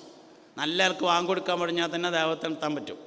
സംവാദത്തിന് അഗാധമായ ജ്ഞാനമുണ്ടായിരിക്കണം, കൂർമ്മ ബുദ്ധി ഉണ്ടായിരിക്കണം, വരും വരായികളെ കുറിച്ചുള്ള ബോധമുണ്ടായിരിക്കണം, പുതിയ കാലത്ത് നല്ലോണം പൈസ ഉണ്ടായിരിക്കണം. അതാണ് 4 കാര്യം. പഴയ കാലത്താണ് ഈ തൊള്ളയിലെ നാവുണ്ടെങ്കിലും പറ്റുമായിരുന്നു. പുതിയ കാലത്ത് നല്ലോണം പൈസ ഉണ്ടായിരിക്കണം. അപ്പോഴാണ് സംവാദം സാധ്യമാകുന്നത്. സംഗതി നല്ല തന്നെയാണ്. സംവാദം നടക്കണമെങ്കിൽ വാദം വേണം, എതിർ വാദം വേണം. 2 പേർക്കും ഒരുമിച്ച് കൂടാവുന്ന മാനദണ്ഡമുണ്ടായിരിക്കണം. ഒന്നുകിൽ 2 കൂട്ടരും ഖുർആൻ അംഗീകരിക്കണം, അല്ലെങ്കിൽ 2 കൂട്ടരും ഇമാം ബുഖാരി റളിയല്ലാഹു അൻഹു അംഗീകരിക്കണം, അല്ലെങ്കിൽ 2 കൂട്ടരും സയൻസിനെ അംഗീകരിക്കണം, അല്ലെങ്കിൽ 2 കൂട്ടരും ഫിലോസഫി അംഗീകരിക്കണം. 2 കൂട്ടരും അംഗീകരിക്കുന്ന എന്തെങ്കിലും ഒരു സാധനം ഉണ്ടാവണം. അതിമേണ് സംവാദം സാധ്യമാകുന്നത്. സംവാദം നടത്താൻ പറ്റുന്നത് ഇനാദിയത്തുമായിട്ടാണ്, നിരീശ്വരവാദികളുമായിട്ടാണ്. ഞാൻ പറഞ്ഞു, ഒരേ സാധനത്തിന് 2 പേരിട്ടാൽ സംവാദം സാധ്യമാവില്ല. ഉദാഹരണമായിട്ട് പറയാം, ഇപ്പോൾ പകലാണെന്ന് നമ്മൾ പറഞ്ഞു, വേറെ ആൾ പറഞ്ഞു ഇപ്പം രാത്രിയാണ് എന്ന്. അപ്പോൾ നമ്മൾ ചോദിച്ചു, എടാ കണ്ടിലേജ് പുറത്ത് ലൈറ്റ് എന്ന്. അപ്പോൾ അവൻ പറഞ്ഞു, അതന്നെയല്ലേ ഞാൻ പറഞ്ഞത് രാത്രിയാണ് എന്ന്.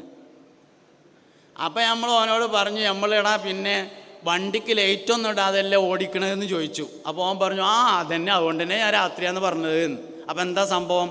ഒരേ സാധനത്തിൻ്റെ പേര് മാറിയതാണ്, അല്ലാതെ കുഴപ്പമൊന്നുമില്ല. ഇതിനിപ്പോൾ സംവാദമൊന്നും സാധ്യമാവില്ല.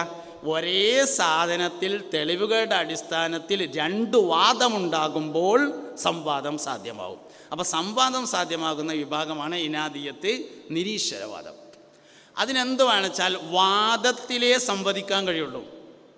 ഒന്ന് അള്ളാഹു ഉണ്ടെന്ന വാദവും മറ്റൊന്ന് അള്ളാഹു ഇല്ല എന്ന വാദവുമാണ്. 4 കാര്യങ്ങളാണ് സ്ഥിരപ്പെടുത്തേണ്ടത്.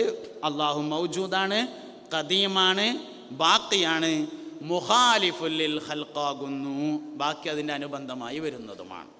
2ാമത്തെ വിഭാഗം യുക്തിവാദികളാണ്. ഒന്ന് നിരീശ്വരവാദികൾ, 2ാമത്തേത് യുക്തിവാദികൾ. യുക്തി എന്ന് പറയുന്നത് നമ്മളെ നളർ ഇസ്തിദലാൽ എന്ന് പറയുന്നതാണ് യുക്തി.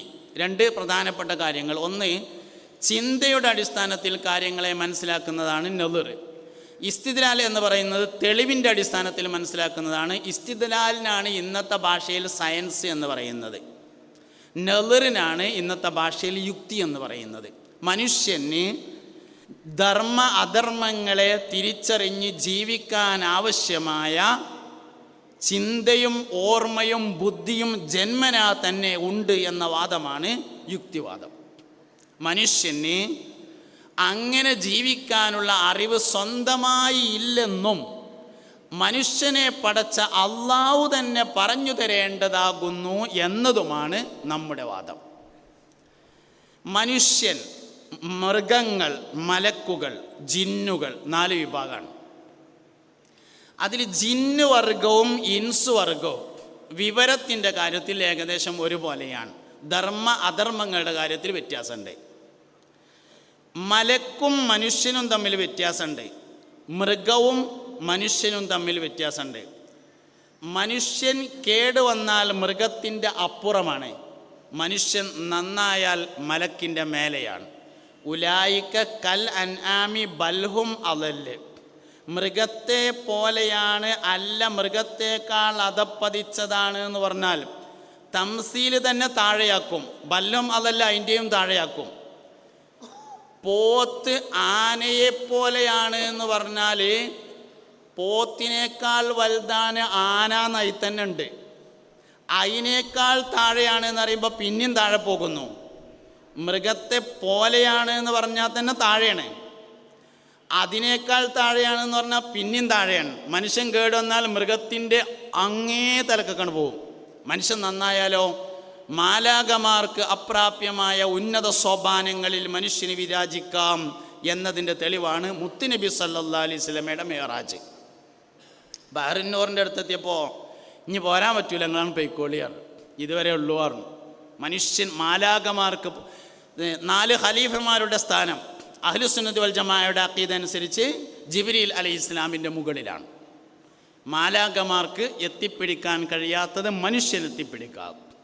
മനുഷ്യനും മലക്കും മനുഷ്യനും മൃഗവും തമ്മിൽ വ്യത്യാസം. മലക്കിൻ്റെയും മൃഗത്തിൻ്റെയും വിവരം പഠിപ്പിച്ചു കൊടുത്ത വിവരമാണെങ്കിൽ മനുഷ്യൻ്റെ വിവരം പഠിക്കാൻ ഉള്ള വിവരമാണ്. ഇപ്പോൾ വിവരത്തിലെ ഏറ്റവും ഉറപ്പുള്ള വിവരം മാത്തമാറ്റിക്സ് ആണെന്നാണ്, കണക്കാണ് ഏറ്റവും ഉറപ്പുള്ള വിജ്ഞാനം എന്നാണ് പറയാം. മാത്തമാറ്റിക്സ് 1 1 2 2 1 3 10,000 കൊല്ലം കഴിഞ്ഞിട്ട് കൂട്ടിയാലും 1 1 2 2 1 3 ഏറ്റവും ഉറപ്പുള്ള വിവരം മാത്തമാറ്റിക്സ് ആണെന്നാണ്. അതിനും എതിരഭിപ്രായം ഉണ്ട് കേട്ടോ. അഭിപ്രായമുള്ളവർക്കൊക്കെ അഭിപ്രായ വ്യത്യാസം സ്വാഭാവികമാണ്. അഭിപ്രായമുള്ളവർക്കൊക്കെ എന്തുണ്ടാവും? അഭിപ്രായ വ്യത്യാസം ഉണ്ടാവും. അത് നിഫ്രത്താവാതെ സൂക്ഷിച്ചാൽ മതി എന്ന് മാത്രം. അഭിപ്രായം ഉണ്ടാകുന്നതിനും കുഴപ്പമില്ല, അഭിപ്രായ വ്യത്യാസം ഉണ്ടാകുന്നതിനും കുഴപ്പമില്ല. അത് വെറുപ്പാകാതെ സൂക്ഷിക്കാനാണ് എല്ലാവരും പരിശ്രമിക്കേണ്ടത് എന്നതേ ഉള്ളൂ. അപ്പം എന്തായാലും ആവട്ടെ, പിന്നെ മനുഷ്യന് അതിലും അഭിപ്രായ വ്യത്യാസം ഉണ്ടെന്ന് പറഞ്ഞത് അതിൽ മാത്തമാറ്റിക്സിലെ അഭിപ്രായ വ്യത്യാസം എന്താ വെച്ചാൽ നമ്മളിങ്ങനെ 1 കൂട്ടിയാൽ 2 ആണല്ലോ. അപ്പം ഇങ്ങനെ ഒരു വെള്ളം എടുത്തു, ഒരു വെള്ളം കുടിക്കണ വെള്ളം, ഡ്രിങ്കിങ് വാട്ടർ, ഒരു വെള്ളം എടുത്തു. രണ്ടാമത്തെ വേറൊരു വെള്ളവും എടുത്തു. ശരിക്കും 2 വെള്ളം കൂടിയും കൂട്ടുമ്പോൾ 2 വെള്ളമാണ് ആവേണ്ടത്, പക്ഷെ ഒരു വെള്ളമേ ആവുള്ളൂ. അതിനാ പ്രശ്നം. അപ്പോൾ അതിലും അഭിപ്രായ വ്യത്യാസം ഉണ്ടെന്ന് പറഞ്ഞതാണ്. ഞാൻ അതിൻ്റെ മറുപടി തിരഞ്ഞെടുക്കൊന്നും വേണ്ട, അതാണ് സംഗതി. അപ്പോൾ അങ്ങനെ അഭിപ്രായമുള്ളവർക്കൊക്കെ അഭിപ്രായ വ്യത്യാസം ഉണ്ടാവുമെന്ന് പറഞ്ഞത്. അപ്പോൾ മാത്തമാറ്റിക്സാണ് ഏറ്റവും ഉറപ്പുള്ള വിവരം. അപ്പോൾ നമ്മളിങ്ങനെ സങ്കല്പിക്കുക, നമ്മളെല്ലാവരും കൂടി ഇപ്പോൾ ഇവിടെ എങ്ങനെ ഇരിക്കണതിൻ്റെ ഇടയ്ക്ക് ഒരു പൂച്ചക്കുട്ടി കടന്നു വന്നു എന്ന് വിചാരിക്കുക. കുറച്ച് കഴിഞ്ഞപ്പോൾ വേറൊരു പൂച്ചക്കുട്ടിയോടും വന്നു, കുറച്ച് കഴിഞ്ഞപ്പോൾ ഒന്നുകൂടിയും വന്നു, കുറച്ച് കഴിഞ്ഞപ്പോൾ ഒന്നുകൂടിയും വന്നു. അപ്പോൾ എത്ര പൂച്ച വന്നു? 4 പൂച്ചകൾ വന്നു. പക്ഷേ നമുക്ക് മനസ്സിലായി 4 പൂച്ചയാണ് വന്നതെന്ന്. പൂച്ചക്ക് മനസ്സിലാവില്ല 4 പൂച്ച വന്നതെന്ന്. മാത്തമാറ്റിക്സ് മനസ്സിലാവില്ല, പൂച്ചക്ക് മനസ്സിലാവില്ല, ആടിനും മനസ്സിലാവില്ല, ഒന്നിനും മനസ്സിലാവില്ല. ഇതാണ് സംഗതി. മൃഗങ്ങളുടെ വിവരം 2 വിഷയങ്ങളിലേക്ക് ചുരുങ്ങും. 1 ജൽബുൽ മൻഫഅത്ത് എന്ന ഉപകാരത്തെ കൊണ്ടുവരൽ, 2 ദഫ്ഉൽ മദറത്ത് എന്ന ഉപദ്രവത്തെ തടഞ്ഞു നിർത്തൽ. അത് 2ലേക്കും ചുരുങ്ങും. ആന സർക്കസിൽ സല്യൂട്ടടിക്കുന്നത് പനമ്പട്ട കിട്ടാനാണ്. ജൽബുൽ മൻഫഅത്ത് ദഫ്ഉൽ മദറത്ത് എന്നതിലേക്ക് ഒതുങ്ങും എല്ലാ ജീവികളുടെയും വിവരം. മനുഷ്യൻ്റെത് അങ്ങനെയല്ല. ഒരു പൂച്ച, നായ വരുന്നത് കണ്ടാൽ പൂച്ച ഓടുന്ന അത്ര സ്പീഡിൽ നായ വരുന്നത് കണ്ടാൽ മനുഷ്യൻ ഓടൂല. ഓനതിനെപ്പറ്റി ഒന്ന് പഠിക്കാൻ നിൽക്കും. വരട്ടെ, വന്നിട്ട് നമുക്കൊന്ന് ആലോചിച്ചിട്ട് വേണ്ടതുപോലെ ചെയ്യാം എന്ന് തീരുമാനിക്കും. ചിലപ്പം കടിയൊക്കെ കിട്ടും, പൂച്ചക്ക് കടിയും കിട്ടൂല. എന്താ കാരണം? പൂച്ച വേഗം തീരുമാനമാക്കി. കാരണം ഓൻ്റെ വിവരം ഈ 2 കാര്യത്തിലേക്ക് ഒതുങ്ങി നിൽക്കുകയാണ്. അപ്പം മനുഷ്യൻ മൃഗങ്ങളിൽ നിന്ന് വ്യത്യസ്തനാണ്. മൃഗങ്ങൾക്ക് ജീവിക്കാനുള്ള കഴിവ് ജന്മനാ ഉണ്ട്.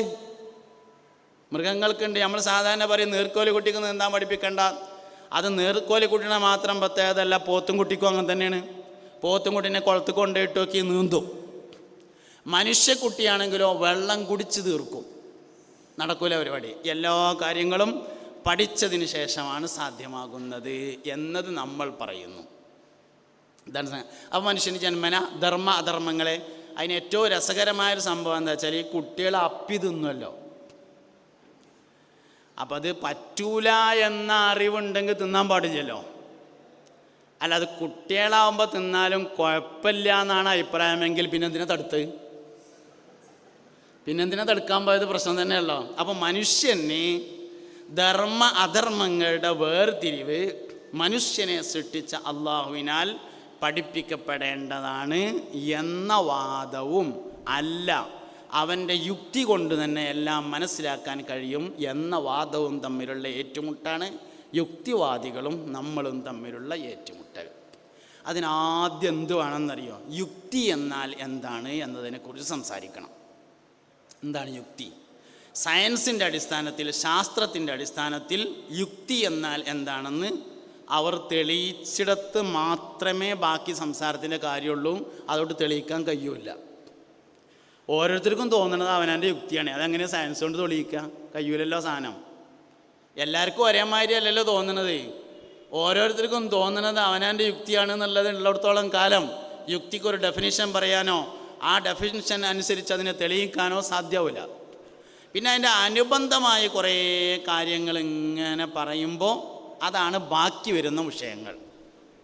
മൂന്നാമതായി നമ്മൾ പറയേണ്ടതും ചർച്ച ചെയ്യേണ്ടതുമായ പ്രധാനപ്പെട്ട ഒരു കാര്യമാണ് യുക്തിവാദത്തിൻ്റെ അനുബന്ധമാണ് ഈ പറഞ്ഞ സാധനങ്ങളെല്ലാം. സ്ത്രീ പക്ഷപാതം എന്ന് പറയുന്ന ലിബറലിസം 1860 ലോകത്താദ്യമായി ലിബറലിസം എന്ന ആശയം ആരംഭിക്കുന്നത്. AD 1860. സർവത്ര സ്വതന്ത്രതാവാദം എന്നാണ് അതിൻ്റെ മലയാളം. സ്വാതന്ത്ര്യത്തിന് വേണ്ടി വാദിക്കുക. ആദ്യമായി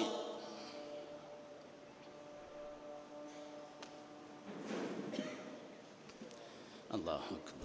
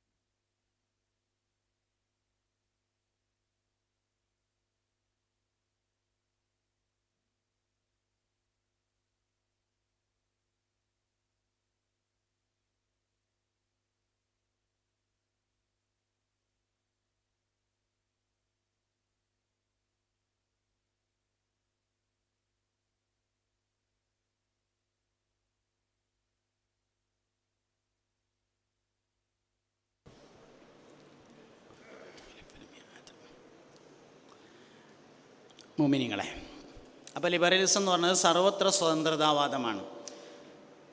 1860 വന്നതെന്ന് പറഞ്ഞു. സ്വാതന്ത്ര്യത്തിന് വേണ്ടിയുള്ള വാദം. ഫസ്റ്റ് ആദ്യമായി വരുന്നത് കൾച്ചറൽ ലിബറലിസം എന്ന് പറയുന്ന വാദമാണ് ആദ്യം വരുന്നത്. അതായത് ലോകത്ത് ധാരാളം അടിച്ചമർത്തപ്പെടുന്ന വിഭാഗങ്ങളുണ്ടായിരുന്നു ഒരു കാലത്ത്. 1860 അങ്ങനെയാണ്. നമ്മളെ നാട്ടിലുണ്ട്. നമ്മളെ നാട്ടിൽ ജമ്മി കുടിയാൻ വ്യവസ്ഥിതി ഉണ്ടായിരുന്നു. ജമ്മി കുടിയാൻ വ്യവസ്ഥിതി എന്ന് പറഞ്ഞാൽ ഭൂമി മുഴുവൻ ജമ്മികളുടേതാണ്. കർഷകന്മാർ അതിൽ കൃഷി ചെയ്യും. അങ്ങനെ വിളവെടുപ്പ് കഴിഞ്ഞാൽ ജമ്മിയെ വിവരമറിയിക്കണം.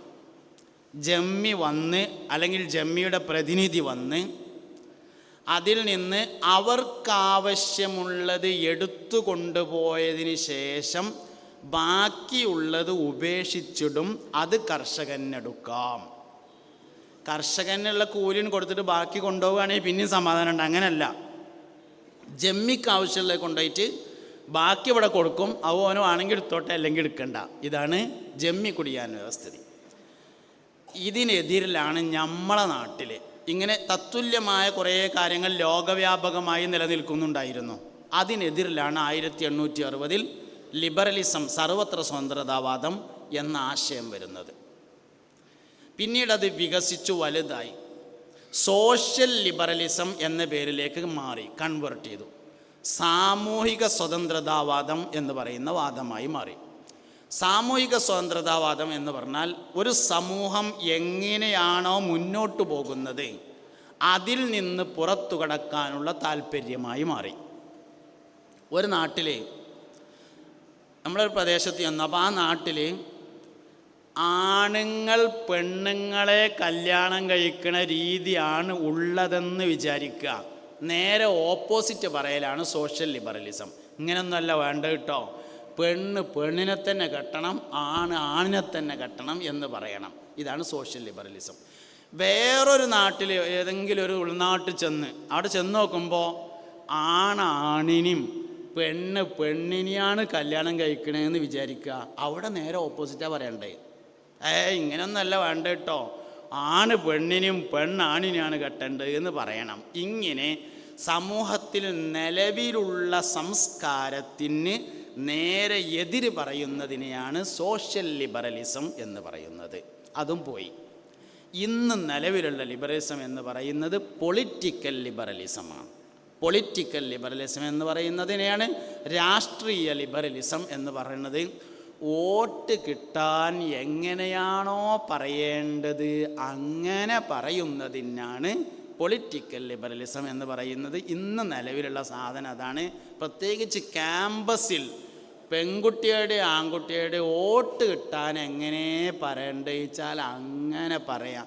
പ്രായോഗികമായാലും വേണ്ടില്ല, അപ്രായോഗികമായാലും വേണ്ടില്ല. ഇതാണ് ഇന്നത്തെ നിലവിലുള്ള സാധനം. പക്ഷേ ഇതിൽ കുറേ ആൾക്കാർ ആകൃഷ്ടരായിട്ടുണ്ട്. അതുകൊണ്ട് നമ്മൾ അതിനെ അഡ്രസ്സ് ചെയ്യാതിരിക്കാൻ നിർവാഹമല്ല. അങ്ങനെ എന്നാ ഉണ്ടായിരിക്കാമെന്ന് പറയാൻ പറ്റില്ല. കുറേ ആൾക്കാരിൽ ആകൃഷ്ടരായ സ്ഥിതിക്ക് നമ്മളതിനെ അഡ്രസ്സ് ചെയ്യാതിരിക്കാൻ നിർവാഹമല്ല. അതിൽ വന്നിട്ടുള്ള ഒരു സാധനമാണ് സ്ത്രീ സ്വാതന്ത്ര്യം എന്ന് പറയുന്ന സാധനം. സ്ത്രീ സ്വാതന്ത്ര്യം എന്ന് പറയുമ്പോൾ ശരിക്ക് സ്വാതന്ത്ര്യം എന്ന് പറയുന്നത് പുരുഷൻ്റെ അവകാശങ്ങളാണെന്ന വിചാരം അതിൽ കടന്നുകൂടിയതാണ്. ശരിക്ക് ആണുങ്ങൾ പുറത്തു പോയി അധ്വാനിച്ച് എല്ല് മുറിയെ പണിയെടുത്ത് കൊണ്ടുവന്ന് പെണ്ണുങ്ങൾ വീട്ടിലിരുന്ന് അത് മൂക്കറ്റം തിന്നണം എന്നുള്ളിടത്തുനിന്ന് സ്വാതന്ത്ര്യം എന്ന് പറഞ്ഞാൽ പുറത്തു പോയി അധ്വാനിച്ച് കൊണ്ടുവരലാണ് എന്നുള്ളിടത്തേക്ക് മാറുക. പുരുഷൻ്റെ പ്രകൃതിയോടും പുരുഷൻ്റെ ശീലത്തോടുമെല്ലാം യോജിക്കുന്നതാണ് സ്വാതന്ത്ര്യമെന്നും മറ്റേത് സ്വാതന്ത്ര്യമല്ല എന്നുമുള്ള തോന്നലിൽ നിന്നാണ് ഈ സാധനം ഉണ്ടായിത്തീരുന്നത്. അപ്പം നമ്മളെ സംബന്ധിച്ച് ഇതിൽ ഏറ്റവും ചർച്ചയായി വരുന്നത് ഇസ്ലാമിലെ സ്ത്രീയാണ്. ഇസ്ലാമിലെ പുരുഷൻ എന്ന് പറഞ്ഞൊരു സാധനം വേറെ ഉണ്ട്, പക്ഷെ ചർച്ചയല്ല. എന്താ കാട്ടുക? ചർച്ചയുള്ള വിഷയം ഏതാണ്? ഇസ്ലാമിലെ സ്ത്രീയാണ്. അപ്പം നമ്മൾ എന്ത് ചെയ്യണം? ഇസ്ലാമിൻ്റെ നിയമങ്ങൾ 4 എണ്ണമാണ്, നമുക്കറിയാലോ. 4 നിയമങ്ങളാണ്. 1 ഇബാദാത്തുകൾ, 2 മുആമലാത്തുകൾ, 3 മുനാക്കഹാത്തുകൾ, 4 ജിനായാത്തുകൾ. ഇബാദാത്ത്, മുആമലാത്ത്, മുനാക്കഹാത്ത്, ജിനായാത്ത്. അങ്ങനെ ഇസ്ലാമിക ശരീഅത്തിൻ്റെ നിയമങ്ങൾ 4 എണ്ണമാണ്. ഈ 4ൽ ആണും പെണ്ണും വ്യത്യസ്തമാകുന്ന കാര്യങ്ങളെ ആദ്യം പരിശോധിക്കുക. ഇപ്പോൾ ഇവിടെ പരിശോധിക്കണില്ല, ഞങ്ങൾ പരിശോധിച്ചാൽ മതി. എന്നിട്ട് നിരുപാധികം എതിരാകുന്ന കാര്യങ്ങൾ എന്താണെന്ന് വേറെയും പരിശോധിക്കുക. ആദ്യം വ്യത്യാസമാകുന്ന കാര്യങ്ങൾ ഇങ്ങനെ പരിശോധിക്കുക. എന്തൊക്കെയാണ് ആണും പെണ്ണും വ്യത്യസ്തമാകുന്ന കാര്യങ്ങൾ? ഒന്നിപ്പോൾ പിന്നെ ഇബാദാത്ത് എടുത്താൽ ഇമാമ് നിൽക്കാൻ ആണുങ്ങൾക്ക് അവകാശമുള്ള സമയം, ആണുങ്ങൾക്ക് മാത്രം അവകാശമുള്ള സമയം. അതേപോലെ പിന്നെ മുആമലാത്തിൽ നമ്മൾ വരുമ്പോൾ പിന്നെ ഇരിക്കേണ്ടത് പെണ്ണുങ്ങൾ മാത്രമായി വരുന്ന സന്ദർഭം, ആണുങ്ങൾ ഇരിക്കേണ്ടതില്ലാത്ത സന്ദർഭം. ഇങ്ങനെ മുആമല ഇബാദാത്തിൽ കുറച്ച് വരും. മുആമലാത്തിൽ വരുമ്പോൾ വല്ലാതെ ഒന്നും ഉണ്ടാവില്ല. അപ്പോൾ കച്ചവടമൊക്കെയാണ് മുആമലാത്തിൽ വരിക. കടം കൊടുക്കൽ, വായ്പ വാങ്ങൽ, അതൊക്കെ ഇപ്പോൾ ആണുങ്ങൾക്കും പെണ്ണുങ്ങൾക്കും പറ്റുന്നത് തന്നെയാണ്. മുനാക്കാഹത്തിൽ വരുമ്പോൾ നിക്കാഹിൻ്റെ വലിയാവാൻ ആണിനെ പറ്റുള്ളൂ, അതിന് പെണ്ണിനെ പറ്റൂല എന്ന നിയമം. ജിനായാത്തിൽ വരുമ്പോൾ ഖാദിയാവാൻ ആണിനെ പറ്റുള്ളൂ, അതിന് പെണ്ണിനെ പറ്റൂല. ഇങ്ങനെ നമ്മൾ മൊത്തം എണ്ണിയാൽ മാക്സിമം എണ്ണിയാൽ 15 കിട്ടുക, പരമാവധി പോയാൽ 15 കിട്ടുക. എന്നാൽ അതിൽ പലതും സ്വാഭാവികമാണ്. ഇമാമ നിൽക്കാൻ പുരുഷനാകുന്നു എന്നത് നിരുപാധികമല്ല, ഉപാധിയുണ്ട്. മഅ്മൂമായിട്ടൊരു പുരുഷനുണ്ടെങ്കിൽ എന്നാണ്, അല്ലാത്ത സമയത്ത് സ്ത്രീക്ക് ഇമാമിക്കാം. അപ്പം നിരുപാധികമല്ല. നിരുപാധികമല്ലാതെ വരുന്നത് എന്ന് പറഞ്ഞാൽ ഒന്ന് ഇദ്ദരിക്കലാണ്, പിന്നൊന്ന് വരുന്നത് നിക്കാഹിൻ്റെ വലിയാകലാണ്, പിന്നൊന്ന് വരുന്നത് ഖാദിയാവലാണ്. ഇങ്ങനെ കുറഞ്ഞ കാര്യങ്ങൾ മാത്രമാണ് നിരുപാധികം വരുന്നത്. അതിനതിൻ്റെതായ കാരണങ്ങളുണ്ട്. ഇദ്ദരിക്കേണ്ടത് പെണ്ണാണ്. എന്താ കാരണം? ഇദ്ദരിക്കേണ്ടത് പെണ്ണാണ് എന്നുള്ളത് ഗർഭപാത്രം ഒഴിഞ്ഞോ ഇല്ലയെന്ന് അറിയാനാണ്. ആ സാധനം പെണ്ണുങ്ങൾക്കുള്ളത്, പിന്നെന്താ ഇപ്പോൾ കാട്ടുക? വേറെ ഇനി വയ്യൊന്നുമില്ലല്ലോ എന്നുള്ളതാണ്. നിക്കാഹിൻ്റെ വലിയാകുന്നിടത്താണ് പിന്നൊന്ന് പിടിക്കാൻ വേണ്ടി ശ്രമിക്കുക. നിക്കാഹിൻ്റെ വലിയാകുക എന്ന് പറഞ്ഞാൽ നിക്കാഹിൻ്റെ അഭിപ്രായം പറയാൻ പെണ്ണിന് അവകാശമില്ല എന്ന് പറഞ്ഞിട്ടില്ല. അതായത് പുതിയാപ്പണ്ണെ കണ്ടെത്താൻ പെണ്ണിന് അവകാശമുണ്ട്, ഓനെ പറ്റോ പറ്റൂലേ എന്ന് തീരുമാനിക്കാനും പെണ്ണിന് അവകാശമുണ്ട്. പിന്നെ എവിടെ മാത്രം? ഇടപാട് നടത്തുന്ന അഖ്ദ് അവിടെ പുരുഷനായിരിക്കണമെന്ന് മാത്രമേ ഉള്ളൂ പറഞ്ഞിട്ട്. അതുതന്നെ സയ്യിബായ തീരെ കെട്ടിച്ചിട്ടില്ലാത്ത പെണ്ണിൻ്റെ വാപ്പാക്ക് സമ്മതം ചോദിക്കാതെ സഹോദരൻ 2 എതിർത്താൽ കെട്ടിച്ചു കൊടുക്കാൻ പറ്റൂല. അപ്പോൾ സ്വാഭാവികം എന്ന് പറയാം, നിരുപാധികം എന്നൊന്നും അതിന് പറയാൻ പറ്റൂല. എല്ലാ കാര്യവും എങ്ങനെയാണ്. അവസാനം ചെന്ന് എവിടെ മുട്ടുക ഞങ്ങൾ? അവസാനം ചെന്ന് മുതലൊരുക്കിനടുത്ത് മുട്ടും. എന്നാലും ആണിൻ്റെ പകുതിയല്ലേ പെണ്ണിന് എന്നാണ് പിന്നെ ചോദിക്കുക ലാസ്റ്റ്. അവിടെ എന്താ സംഭവം എന്ന് പറയുന്നത്? 3.25 കോടി ചോദ്യത്തിൻ്റെ ഉത്തരമാണ് ഇസ്ലാമിലെ ഫറായിദ്. 1-2 കാര്യമൊന്നുമല്ല, അതിൻ്റെ സോഫ്റ്റ്വെയർ നോക്കിയാൽ അറിയാം. ഫറായിദിൻ്റെ സോഫ്റ്റ്വെയർ കിട്ടും, അതിൽ 3.25 കോടി ചോദ്യത്തിൻ്റെ ഉത്തരമാണ്. ഒരാൾക്ക് 1 കുട്ടി ഉണ്ടാകുക, 2 കുട്ടി ഉണ്ടാകുക, 3 കുട്ടി ഉണ്ടാകുക, 4 കുട്ടി ഉണ്ടാകുക, അങ്ങനെ അലത്തൂൽ ഉണ്ടാവാൻ സാധ്യതയുള്ള അത്രയും കുട്ടികൾ. 2 കുട്ടി ഉണ്ടാകുക, 3 കുട്ടി ഉണ്ടാകുക, അങ്ങനെ. അത് കഴിഞ്ഞാൽ ഒരാണും 1 പെണ്ണുണ്ടാകുക, ഒരാണും 2 പെണ്ണുണ്ടാകുക, ഒരാണും 3 പെണ്ണുണ്ടാകുക, അങ്ങനെ അലത്തൂൽ. 1 പെണ്ണും ഒരാണുണ്ടാകുക, 1 പെണ്ണും 2 ആണുണ്ടാകുക, അങ്ങനെ അലത്തൂൽ. ഈ പെണ്ണ് തന്നെ ഉമ്മയായിരിക്കുക, മകളായിരിക്കുക, 1 സഹോദരിയായിരിക്കുക, 2 സഹോദരിയായിരിക്കുക, 3 സഹോദരിയായിരിക്കുക, അങ്ങനെ അലത്തൂൽ. 3.25 കോടി ചോദ്യത്തിന് ഉത്തരം ഉണ്ടാവും. ആണും പെണ്ണും മുതൽ ഓഹരി ചെയ്യുന്നത് സന്ദർഭങ്ങൾ ഏകദേശം 40ഓളം വരും. അതിൽ പല സന്ദർഭങ്ങളിലും ആണിനും പെണ്ണിനും ഒരേപോലെ വിഹിതം കിട്ടും. പല സന്ദർഭങ്ങളിലും പുരുഷനേക്കാൾ കൂടുതൽ സ്ത്രീക്ക് കിട്ടും. ഒരാൾക്ക് ആൺകുട്ടിയും പെൺകുട്ടിയും ആയാൽ പുരുഷൻ്റെ പകുതി സ്ത്രീക്കായിരിക്കും. എന്തുകൊണ്ട് എന്നാണ് മനസ്സിലാക്കേണ്ടത്. ഇസ്ലാമിലെ അനന്തരാവകാശ നിയമം എന്ന് പറയുന്നത് മക്കൾക്ക് ജീവിക്കാൻ വക കൊടുക്കാനുള്ള സംവിധാനം അല്ല. അതാണെങ്കിൽ ജീവിതകാലത്ത് കൊടുക്കണം. അതിന് ഇസ്ലാമൊട്ട് എതിരുമല്ല. മക്കൾക്ക് ജീവിക്കാൻ വക ഉണ്ടാക്കി കൊടുക്കാമെന്ന് താല്പര്യമുള്ളവർ ജീവിതകാലത്ത് കൊടുക്കണം. അതിലെന്തെങ്കിലും ഭയമുള്ളവർക്കുള്ള ഓപ്ഷനാണ് വസിയത്ത് ചെയ്യൽ. വസിയത്ത് ചെയ്താൽ 1/3 സഹിയാവുള്ളൂ. കാരണം എന്തേ? ഭയമുള്ളതുകൊണ്ടാണല്ലോ ജീവിതകാലത്ത് കൊടുക്കാതെ വസിയത്താക്കിയത്. ആ ഭയം ശരീഅത്തിനുണ്ട്, അതുകൊണ്ട് 1/3 പറ്റുള്ളൂ. തന്നെ കാരണം ആ ഭയത്തെ ശരീഅത്തുൽ ഇസ്ലാം പരിഗണിക്കുന്നു എന്നുള്ളതാണ് 1/3 ആയതിൻ്റെ കാരണം. പിന്നെ ഇനി അവിടെ ഉണ്ടാകുന്നൊരു സംഗതി, ഒരാൾ മരിച്ചു, അയാൾക്ക് പെൺകുട്ടികൾ മാത്രമേ ഉള്ളൂ. അയാളെ ജ്യേഷ്ഠന് ഒരു ആൺകുട്ടിയുണ്ട്, ജ്യേഷ്ഠൻ്റെ മകന് ഓരി കിട്ടൂലേ എന്നുള്ളതാണ്. ഇയാൾക്ക് പെൺകുട്ടികൾ മാത്രമാവുമ്പോൾ അവിടെയാണ് നമ്മൾ മനസ്സിലാക്കേണ്ടത്. ഇസ്ലാമിലെ അനന്തരാവകാശ നിയമം എന്നത് മക്കൾക്ക് ജീവിക്കാൻ വക കൊടുക്കലല്ല, പിന്നെ ബാധ്യത സ്ഥിരപ്പെടുത്താനാണ്. ഇയാൾക്ക് മുതലില്ലാന്ന് വിചാരിക്കുക. കുറേ പെൺകുട്ടികളുണ്ട്, ജ്യേഷ്ഠന് ഒരു ആൺകുട്ടിയുമുണ്ട്. ഇയാൾക്ക് മുതലില്ല എങ്കിൽ തജ്ഹീസുൽ ജനാസയുടെ ചെലവ് വഹിക്കേണ്ടതാരാ? ഈ പെൺകുട്ടികളല്ല, ആ ജ്യേഷ്ഠൻ്റെ മകനാണ്. സ്വാഭാവികല്ലേ ഇയാൾ മരിച്ചപ്പോൾ മുതലുണ്ടായപ്പോൾ ഓന് കൊടുക്കണം എന്ന് പറഞ്ഞത്? ഇസ്ലാമിലെ അനന്തരാവകാശ നിയമം ബാധ്യത സ്ഥിരപ്പെടുത്തുന്നതിനുള്ളതാണ്. ഇങ്ങനെ എന്താണെന്ന് മനസ്സിലാക്കിയിട്ട് മനസ്സിലാക്കി കൊടുക്കാൻ നമുക്ക് കഴിയുന്നിടത്താണ് വിജയിക്കേണ്ടത്. ഇങ്ങനെയൊക്കെ ഞാൻ പറയുമ്പോഴും ഒരു കാര്യം വളരെ ഉറപ്പായിട്ടും പറയാം, ഈമാൻ ഇതൊന്നുമല്ല കേട്ടോ. ഇതൊക്കെ ആവശ്യമുള്ളത് തന്നെയാണ്, ഇതൊക്കെ പറയേണ്ടത് തന്നെയാണ്, ചർച്ച ചെയ്യേണ്ടത് തന്നെയാണ്, ചിന്തിക്കേണ്ടത് തന്നെയാണ്. ഈമാൻ എന്ന് പറയുന്ന സാധനം മുത്തുനബിനോടുള്ള താല്പര്യമാണ് സല്ലല്ലാഹു അലൈഹി വസല്ലം.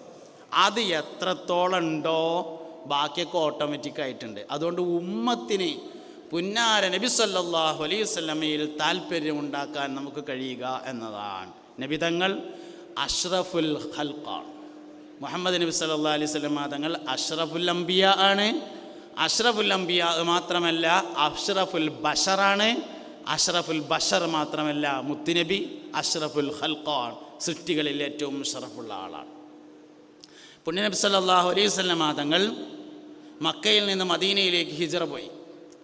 ബഹുമാനപ്പെട്ട അബു അയ്യൂബുൽ അൻസാരി റളിയല്ലാഹു അൻഹുവിൻ്റെ വീട്ടിലാണ് താമസിക്കുന്നത്. മദീനക്കാരായ ആളുകളൊക്കെ നബിതങ്ങൾ ഞങ്ങളുടെ വീട്ടിലേക്ക് വരണമെന്ന് കരുതിയിട്ടുള്ള സൗകര്യങ്ങൾ ഒരുക്കി തയ്യാറാക്കിയിരുന്നു. അവസാനം നബിതങ്ങൾ പറഞ്ഞു, ഒട്ടകത്തിൻ്റെ കയറ് വിട്ടാലേ ഇന്നഹാ മഅ്മൂറ, ഒട്ടകത്തിനോട് ഞാൻ കാര്യങ്ങളൊക്കെ പറഞ്ഞു കൊടുത്തിട്ടുണ്ട് എന്ന്. മൃഗങ്ങളുടെ ഭാഷ ഇങ്ങോട്ട് മനസ്സിലാക്കാനും മൃഗങ്ങളോട് അങ്ങോട്ട് സംസാരിക്കാനും കഴിവുള്ള ആളായിരുന്നു മുസ്തഫ നബി സല്ലല്ലാഹു അലൈഹി വസല്ലം. മൃഗങ്ങളുടെ ഭാഷ ഇങ്ങോട്ടറിയാം, ഇങ്ങോട്ടറിയാം. വഅതാകൽ ഔദു യബ്കി വതദല്ലൽ ബൈന യദൈക വസ്തജാറക യാ ഹബീബി ഇന്ദകല്ലബിയുന്നഫൂറു. രണ്ട് സംഭവമാണ് അതിൽ. ഒന്ന്, നബി തങ്ങൾ നടന്നു പോകുമ്പോൾ ഒട്ടകം കരഞ്ഞത്. ഈ ഒട്ടകത്തിൻ്റെ യജമാനൻ ആരാന്ന് ചോദിച്ചു. എന്നിട്ട് പറഞ്ഞു, മര്യാദക്ക് ഭക്ഷണവും വെള്ളവും ഇതിന് കൊടുക്കുന്നില്ലെന്ന് എന്നോട് പരാതി പറയുന്നുണ്ട്. ഇത്തഖില്ലാ ഫീ ഹാദിഹിൽ ബഹായിം, ഈ മൃഗത്തിൻ്റെ കാര്യത്തിൽ നീ അള്ളാഹുവിനെ സൂക്ഷിക്കണം എന്ന് പറഞ്ഞു. സ്വാഭാവികമായിട്ട് നമുക്ക് തോന്നും, അതിപ്പോൾ ഒരു തോട്ടത്തിൽ നിന്നിട്ട് ഒരു ഒട്ടകം നിലവിളിച്ചാൽ വെള്ളം കിട്ടിയില്ല എന്നല്ലേ ഇപ്പോൾ അതിൻ്റെ അർത്ഥം. അതിനിപ്പോൾ ഭാഷയൊന്നും അറിയണ്ടല്ലോ. അതിൻ്റെ മറുപടിയാണ് അടുത്ത വരി, ഇന്ദകല്ലബിയുന്നഫൂറു. മുസ്തഫ നബി തങ്ങൾ ഒരിക്കൽ നടന്നു പോകുമ്പോൾ ഒരു കാട്ടാളൻ കാട്ടിൽ നിന്ന് ഒരു മാനിനെ വേട്ടയാടി കൊണ്ടുവന്നിരിക്കുന്നു. പുന്നാര നബി തങ്ങളെ കണ്ടപ്പോൾ മാൻ കരഞ്ഞു. നബി തങ്ങൾ അടുത്തു ചെന്നു, വേട്ടക്കാരാ, ഈ മാനിന് ചെറിയ കുട്ടിയുണ്ട് എന്നാണ് പറഞ്ഞത്. ഒന്നുകൂടെ കാട്ടിലേക്ക് പോയിട്ട് അതിൻ്റെ കുട്ടികൾക്ക് മുല കൊടുത്ത് സമ്മതം വാങ്ങി മടങ്ങി വരാം എന്ന് പറയുന്നു. വേട്ടക്കാരൻ ചോദിച്ചു, മുഹമ്മദ് എന്ത് പൊട്ടത്തര ഈ പറയണേ? ഈ മാന് കാട്ടിക്ക് പോയിട്ട് കുട്ടികൾക്ക് മുല കൊടുത്തിട്ട് സമ്മതം വാങ്ങിയിട്ട് ഇങ്ങോട്ടന്നെ വരുന്ന ഉറപ്പിച്ച് പറയുന്നുണ്ട് പറഞ്ഞു. അതിൽ വേട്ടക്കാരൻ ചോദിച്ചു, എങ്ങാനും വന്നില്ലെങ്കിൽ ഇതിന് പകരം നീ എൻ്റെ അടിമയായിരിക്കും എന്ന് പറഞ്ഞു. വേറെ താരീഖ് പറയുന്നുണ്ട്, ഇതിന് പകരം അന്നെ ഞാൻ അറുക്കും എന്ന് പറഞ്ഞു. അതിൽ നബിതങ്ങൾ പറഞ്ഞു ആയിക്കോട്ടെ എന്ന്. ഇതിങ്ങനെ ഒരു ധാരണ വെച്ച് പറയുകയാണെങ്കിൽ അറക്കാൻ നിന്നൊടുക്കാൻ ഏതായാലും കഴിയൂലല്ലോ. മാന് പോയി കുറേ കഴിഞ്ഞിട്ട് മടങ്ങി വരുമ്പോൾ വേട്ടക്കാരൻ പ്രഖ്യാപിച്ചു, അഷ്ഹദു അല്ലാ ഇലാഹ ഇല്ലല്ലാഹ് വ അഷ്ഹദു അന്ന മുഹമ്മദർ റസൂലുള്ളാഹ്. ഇങ്ങോട്ട് പറഞ്ഞിരുന്നു മൃഗങ്ങൾ, അതറിഞ്ഞിരുന്നു. അങ്ങോട്ടും പറഞ്ഞിരുന്നു. അതാണ് ഇന്നഹാ മഅ്മൂറ. 1000 വർഷങ്ങൾക്ക് മുമ്പ് ജീവിച്ച ഒരു രാജാവ് പൂർവ്വകാല വേദങ്ങളിൽ നിന്ന് നബി സല്ലല്ലാഹു അലൈഹി വസല്ലമ തങ്ങളുടെ വരവിനെക്കുറിച്ച് മനസ്സിലാക്കുകയും അങ്ങനെ നാട്ടുപ്രമാണിക്ക് വലിയൊരു വീട് നിർമ്മിച്ചു കൊടുക്കുകയും അവസാന പ്രവാചകൻ വരുമ്പോൾ ഇത് അദ്ദേഹത്തിന് താമസിക്കാനുള്ളതാണെന്ന് അവർ എഴുത്തു കൊടുക്കുകയും ചെയ്തിരുന്നു എന്നാണ്. ആ വീട്ടിൽ അന്നത്തെ താമസക്കാരനായിരുന്നു മഹാനായ അബു അയ്യൂബുൽ അൻസാരി റളിയല്ലാഹു അൻഹു. അല്ലാതെ ഏതെങ്കിലും പെരയിലല്ല, നബിതങ്ങൾക്ക് വേണ്ടി ഉണ്ടാക്കിയ വീട്ടിൽ തന്നെയാണ് ചെല്ലുന്നത്. അതാണ് ഒട്ടകത്തോട് പറഞ്ഞിരുന്നത്, അതാണ് ഒട്ടകം തിരഞ്ഞു നടന്നത്, അങ്ങനെയാണ് അവിടെ ചെന്ന് താമസിക്കുന്നത്. അവിടെ കയറിയ ഉടനെ നബിതങ്ങൾ ആ എഴുത്തെവിടെയെന്ന് ചോദിക്കുന്നുണ്ട് പെരക്കാരനോട്. അബു അയ്യൂബുൽ അൻസാരി റളിയല്ലാഹു അൻഹുവിനോട് നീ സൂക്ഷിച്ചു വെക്കുന്ന ആ കത്തെവിടെ എന്ന് ചോദിക്കുന്നതുണ്ട്. ഇതൊക്കെ ഞാൻ പറഞ്ഞുകൊണ്ടിരിക്കുന്ന ആശയം എന്താ വെച്ചാൽ മുഹമ്മദ് നബി അഷ്റഫുൽ ഖൽഖാണ്. അതണ്ട് കൽബക്കാണ്ട് കയറിയാൽ തെളിവൊക്കെ ഓട്ടോമാറ്റിക്കായിട്ടുണ്ട് വരും എന്നുള്ളതാണ്. അതണ്ട് ഇറങ്ങിയാൽ ബാക്കിയൊക്കെ ഉണ്ട് ഇറങ്ങും. ഇന്നത്തെ വലിയൊരു പ്രശ്നം അതാണ്. ഇപ്പോൾ റബീഉൽ അവ്വൽ വരികയാണ്. ഞങ്ങളെ മദ്രസയിലെ ഉസ്താദന്മാരൊക്കെ കുട്ടികൾക്ക് പാട്ടും പ്രസംഗവും പരിപാടികളൊക്കെ കൊടുത്തു തുടങ്ങി. അതേ സമയത്ത് തന്നെ മുഹമ്മദ് അദ്ദേഹം സാധാരണ മനുഷ്യൻ തന്നെയാകുന്നു എന്ന പ്രഭാഷണവും ആരംഭിക്കും. ബിദഅത്ത് തുടങ്ങുന്നു, യുക്തിവാദമാകുന്നു, നിരീശ്വരവാദമാകുന്നു. കുറച്ചൊരു കുഴപ്പമില്ലാന്ന് നമുക്ക് തോന്നുന്നതാണ് സർവമത സത്യവാദം. കുഴപ്പം തന്നെയാണ്, ഒക്കെ വാദമാണ്. ഡോക്ടറെടുത്ത് ചെന്നാൽ ആമവാദം, പിള്ളവാദം, രക്തവാദം, എല്ലാ വാദവും കുഴപ്പം തന്നെയാണ്. മുത്തുനബിനെ കൽബക്കണ്ട് കയറ്റിയാൽ മുഴുവൻ വാദം പോകും. അതിന് റബീഉൽ അവ്വലാണ് വരുന്നത്. ഉപയോഗപ്പെടുത്തി 1500 ഇഷ്ക് മജ്ലിസ് ജമിയത്തുൽ ഉലമീൻ സംഘടിപ്പിക്കാൻ പോവുകയാണ്. വിജയിപ്പിക്കണം. എല്ലാവരും സജീവമായി രംഗത്തുണ്ടാവണം. അല്ലാഹു റബ്ബുൽ ഇസ്സത്ത് നമ്മുടെ എല്ലാ പ്രവർത്തനങ്ങളെയും സ്വാലിഹായ അമലായി കബൂൽ ചെയ്യട്ടെ.